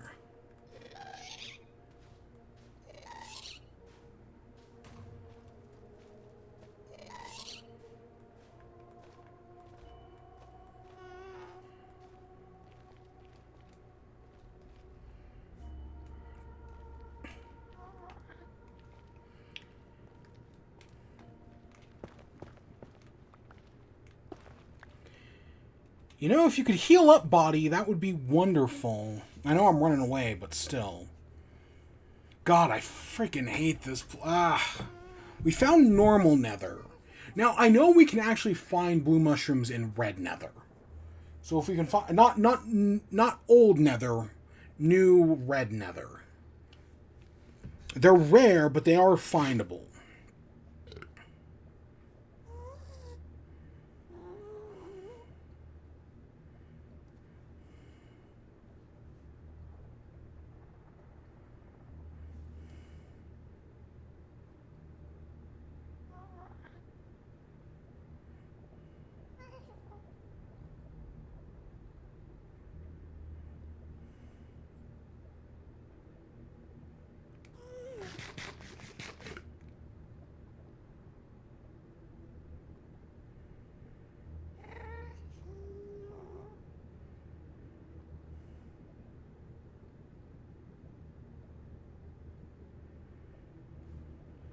Okay, we're almost all healed.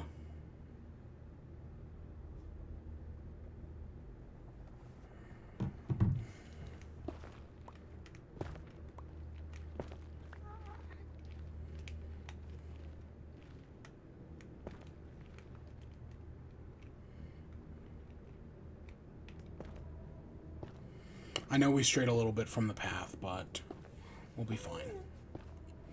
I'm gonna be really annoyed if we find a fortress before we find the other thing. I did have a world like that though, where I found I had a world where there was no fortress for like 200 blocks, and the one fortress I found didn't have nether wart in it, so it took me ages to find nether wart.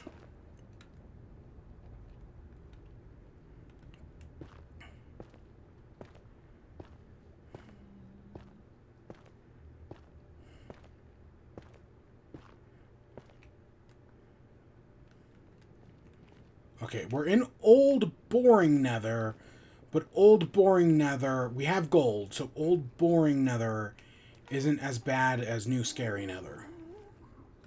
At least I'm going to pretend like it isn't. Even though there's shit everywhere as we look.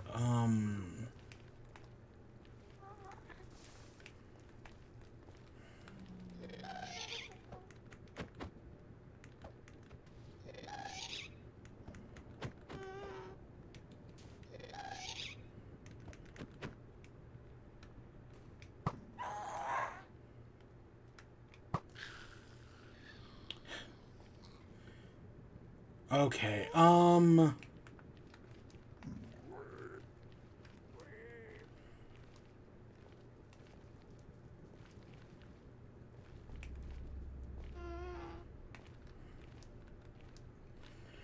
okay, this is Basalt Plains. Which is where all the which, again, this is where all the magma cubes hang out. So, like, it's worse, but it's not, like, the worst thing in the world.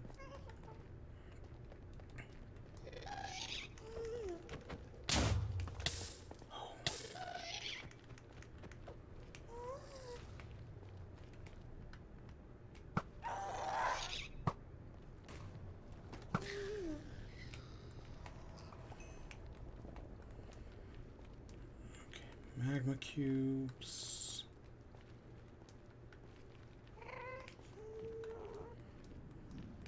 This is so fucking stupid. I hate this.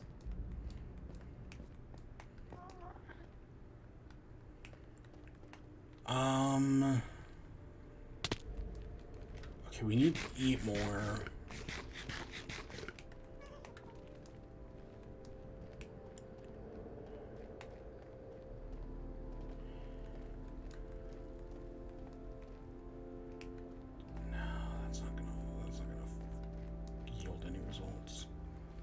Again, I can find a bunch of striders. Just not what I'm looking for.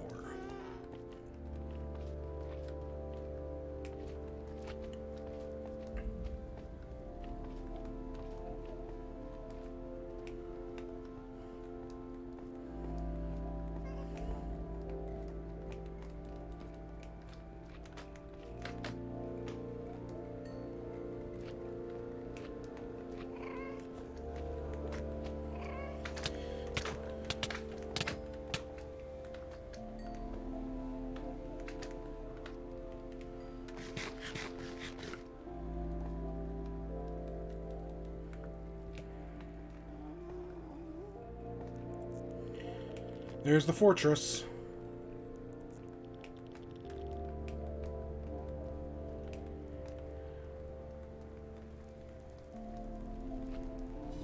Yep, here we go.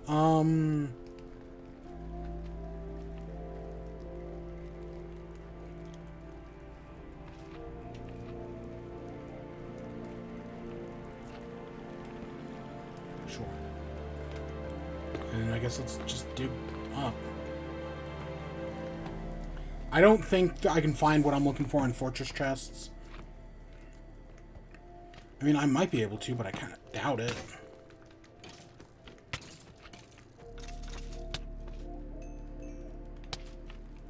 Oh, are you kidding me?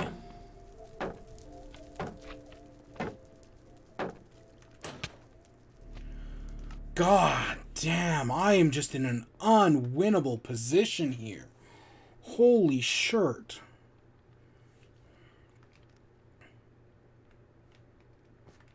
Oh my god. All this for a stupid blue mushroom. I was gonna end like 15 minutes ago. God, I finished with I'm amazed in chat. If for having 2 news stories, in chat went on way longer than it should have. But I was just like, I felt like at least the first half I was kind of all over the place, especially when talking about the PlayStation Direct. Ugh.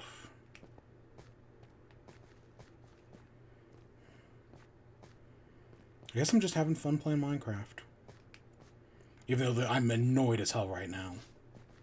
Because this does seriously suck. Oh, we don't have... This might not end well. That's the one thing that's... Right, when you're all prepared to go into the Nether, it's good. But when you die and have to go get your shit back, having to, run past those piglins, it's going to be a pain in the ass. God, the Nether sucks so much. Again, I probably should have, if I had more iron, I would have had, like, iron armor. I probably could have, I mean, I know I have enough iron to make iron armor, but I'm also worried because I need iron for other things.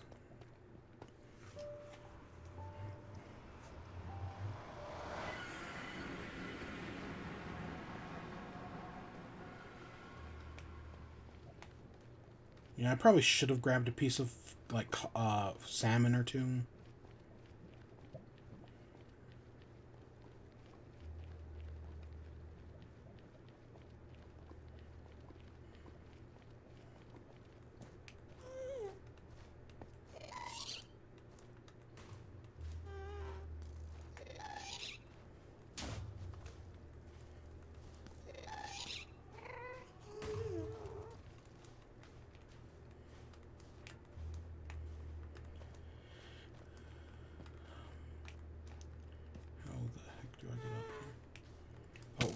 No. Oh my god, this is where I'm at an impasse.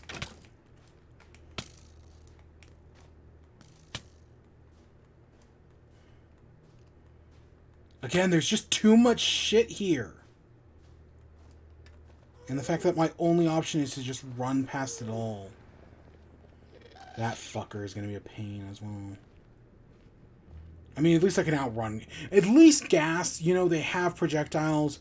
They're easy to outrun.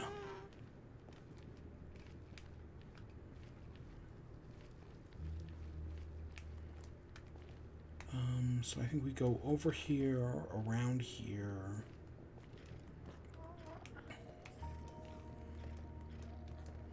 Yeah, I should have grabbed... If I was smart, I would have grabbed a piece of cod or 2. Okay, those shouldn't be too much of an issue, actually.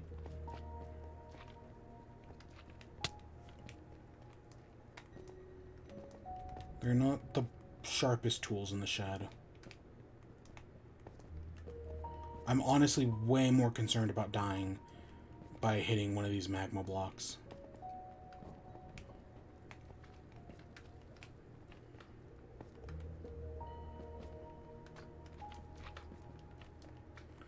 Or, you know, the magma cubes spawn camping my shit.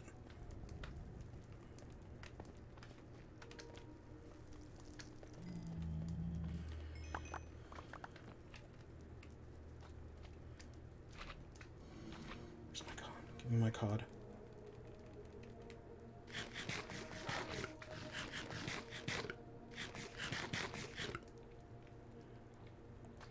I don't see my shield anywheres. Fuck! Fuck me! Where's that cod? Where'd that end up? There we go. Or cooked salmon. Let's only take half. Okay, if I... Yep, only a warped fungus on a stick. Oh my god, I'm in a terrible position right now. And I didn't see my I mean, my shield might still be there somewheres. I just don't know where. But to even get to it, I need to work my way through. I gotta get through all those magma creams. I gotta get through those blazes. God, this place... God, I hate the Nether.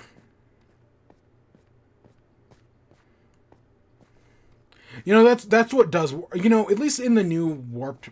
Or in the new... Not warped biome, Sculk biome stuff, the deep slate and whatnot, mobs don't spawn, right? So, like, you're not going to be running through the deep slate biome and all of a sudden get blown up by a creeper, which triggers, you know, the warden to spawn. Nope, mobs just straight up don't spawn there. So, like, that's actually one of the... That's, like, something they thought ahead about. But, God, because, you know, they had cool shit. Like, look at this. This is so fucking cool. But yet, it's also kind of a nightmare to navigate sometimes. And, you know, the amount of enemies that spawn is just a pain in the ass. But, of course, people are like, oh, Minecraft's too easy.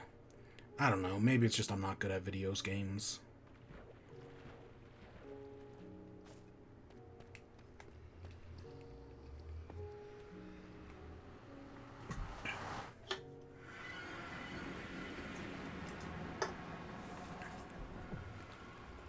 Okay.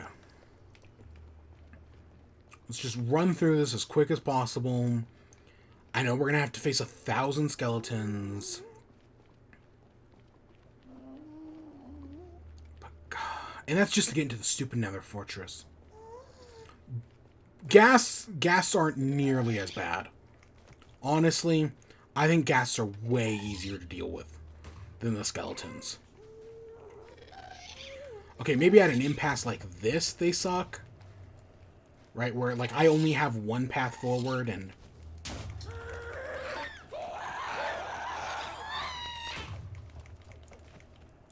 Whatever, I'm not gonna... Where am I even going?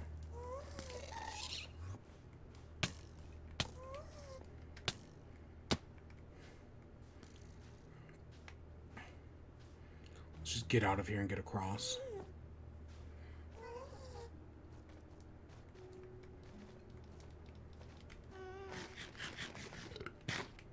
Yeah, every time I go back through, the route gets a little bit worse.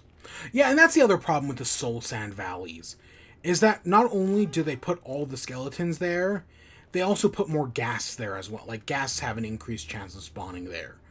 So, like, not only do you have to deal with one pain-in-the-ass ranged enemy, but but you gotta deal with the other one as well.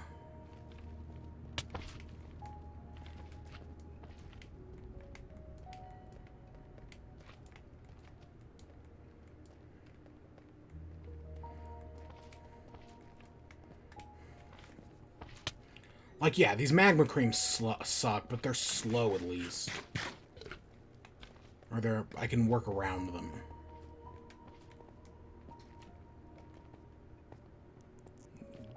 most of the time anyways.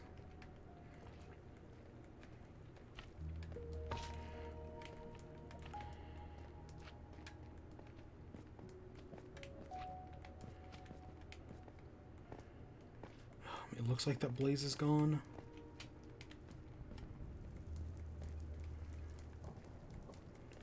Okay, let's see here. We got all this. Fuck. Fuck me.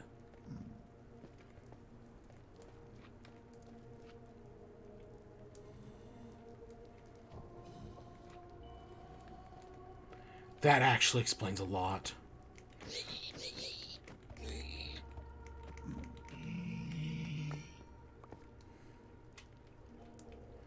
God, please no. Still doesn't explain where my gold helmet went. But...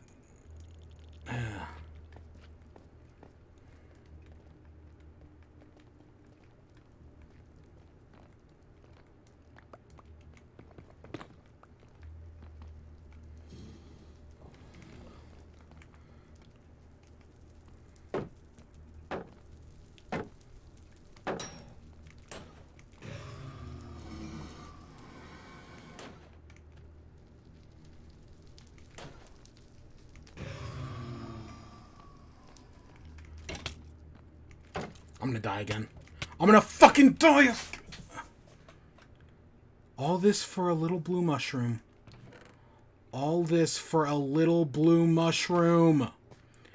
It's not fucking worth it.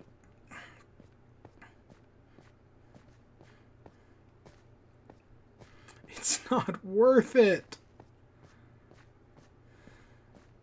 And I know, and I guarantee, the only reason I'm going through the fortress is because I hope at more of the open areas, it gives me a chance to actually, like, look out and see if I can see a blue biome outside of it.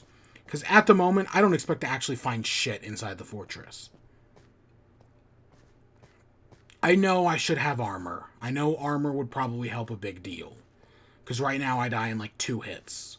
Whereas with a full set of armor, I'd probably die in, like, I don't know, 3 maybe, if I'm lucky. But, and, you know, it sucks that we have to trek down all this way for the portal as well.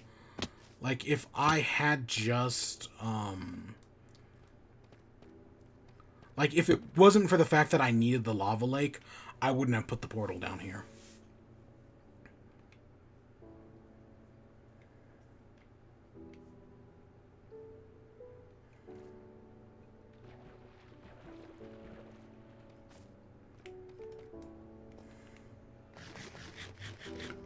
Okay, let's go back. Let's get our shit back.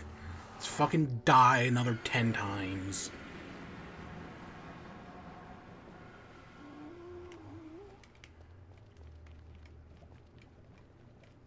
At least I know where I'm going, right? At least it's not like the cave earlier where I was just completely lost. But yeah, I guarantee you a piglin or something stole that gold helmet. Because that should be there.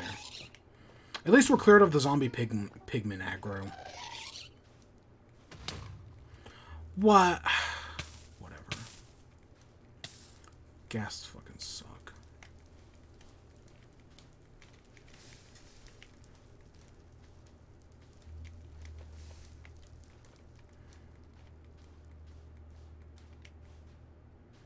Wow, we got extremely lucky with skeletons this time.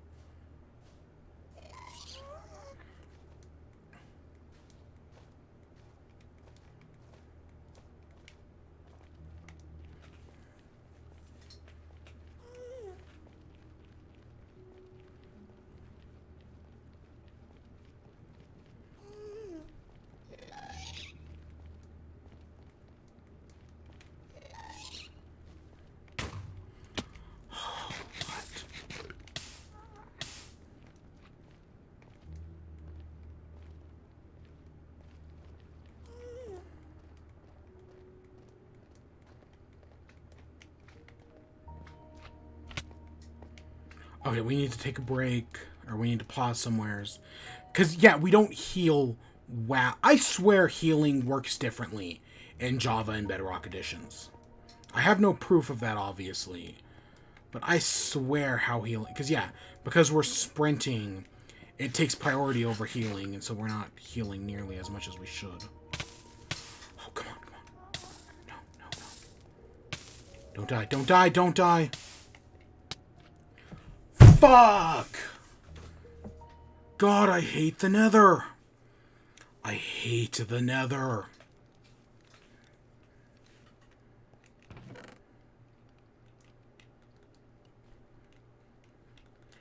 Yeah, let's just take these.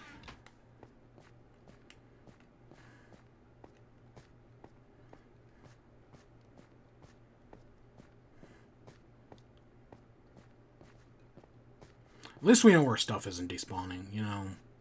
Every time we make a trek back, we're not getting close enough for our stuff to spawn in.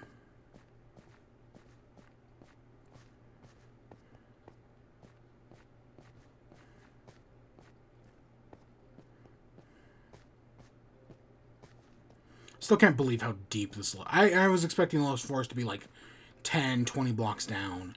And I think it's a full like 60. Maybe even 80.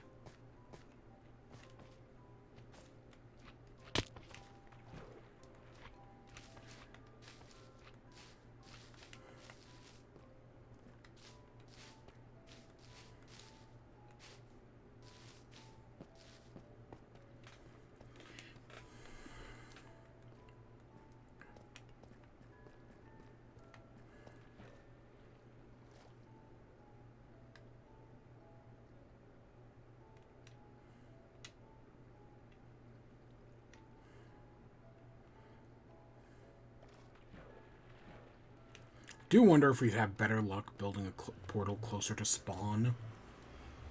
But I doubt it.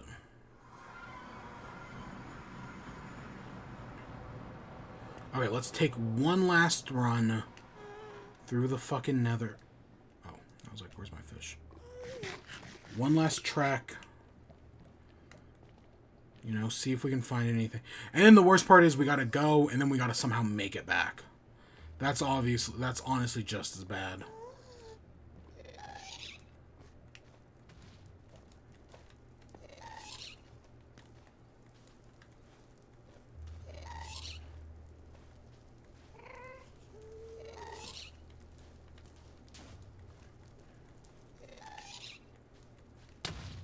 I knew that was gonna happen. Honestly, keep moving in the Nether helps, as long as you don't have to deal with stairs. The second you have to like stop to go upstairs, that's when you're fucked. Unless, of course, you're like inside something.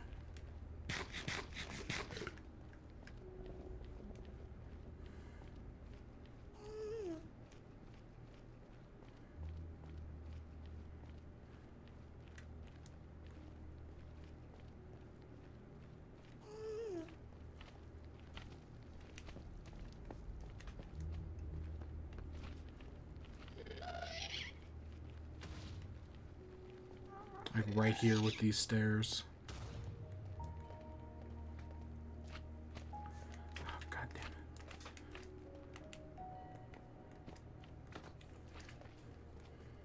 Normally the magma cubes, the magma cubes can be annoying. They're also usually pretty easy to avoid, all things considered. Okay, who knows? We only had caught on us, so I doubt much of it got destroyed. If any of it.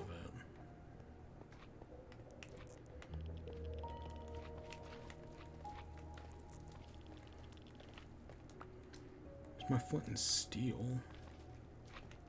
Okay, we're being chased. We gotta get out of here.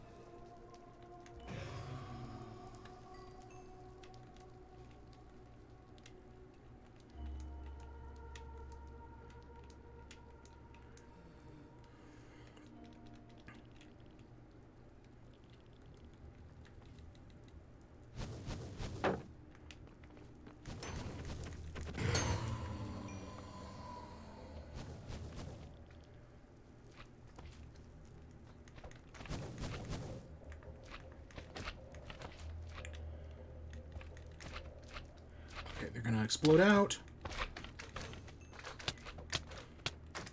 Oh, God. Oh, fuck, I'm on fire again! No! Oh, oh, shit. Oh, shit.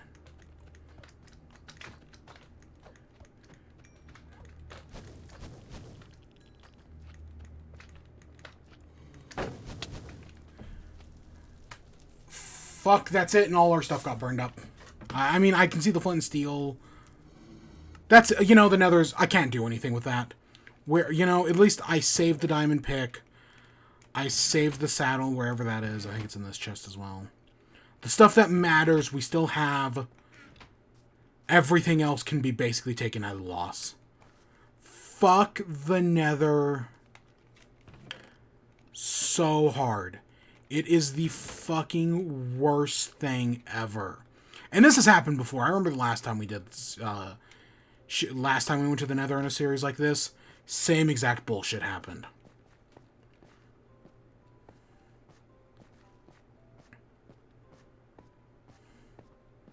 God, and this is why I never play Dark Souls. Because if this is what I'm struggling with in a baby game like Minecraft, God, imagine what fucking stick-up-my-ass Dark Souls would have on me. Oh my God, I hate this so much. And, like, we don't even need anything in the stronghold. That's the worst part, or in the fortress. I don't fucking need anything in there.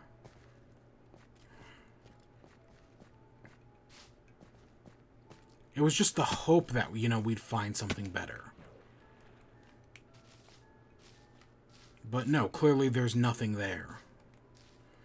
Except for, you know, dead ends that kill me instantly. Because fucking so many mobs, so much shit. God, I hate it.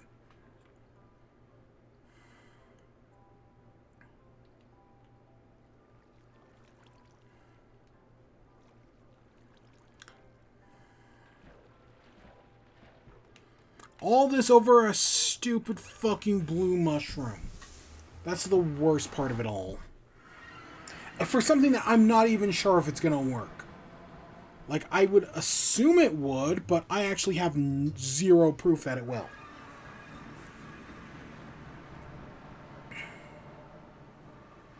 Where is it gonna pop us out?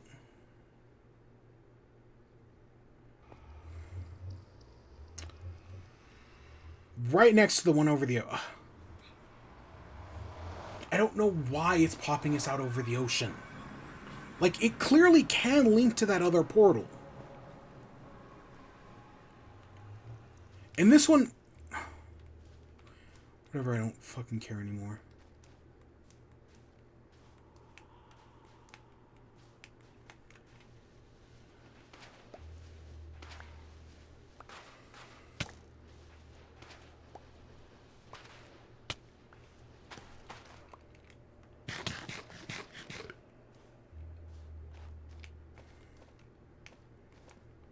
Okay, let's see what's out. I'm checking some of these other ways, because we went in that direction. There's other directions to go to in the Nether.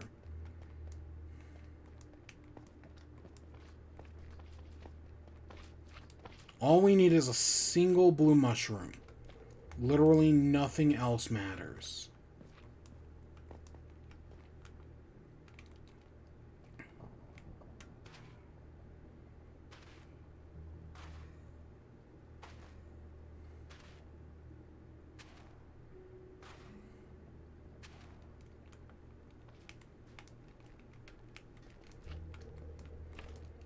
And if we lose all this cod, we lose all this cod. This is an expendable resource at the moment.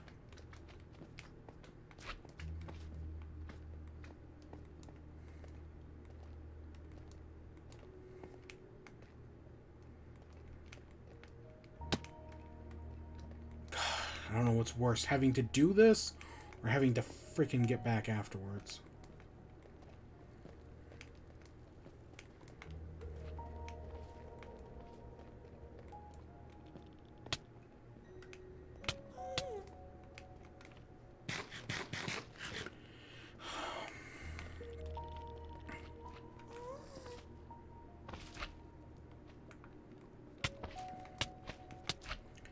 Okay, yeah, that's it. That's it. I'm done. I'm done. You know, we tried. We'll probably be back next week, and I'll give it another college try. You know, see if we can actually find shit.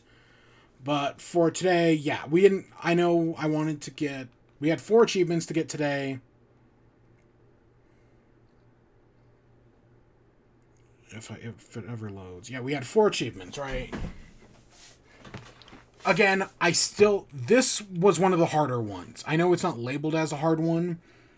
All right, I know it's labeled as like medium level. This is one of the hard ones. That's why we were trying to do this now. This one, again, we just need a record. That we just got to find one of those, or get one from a creeper. These other 2, I think, are actually, they take time, but they're relatively easy.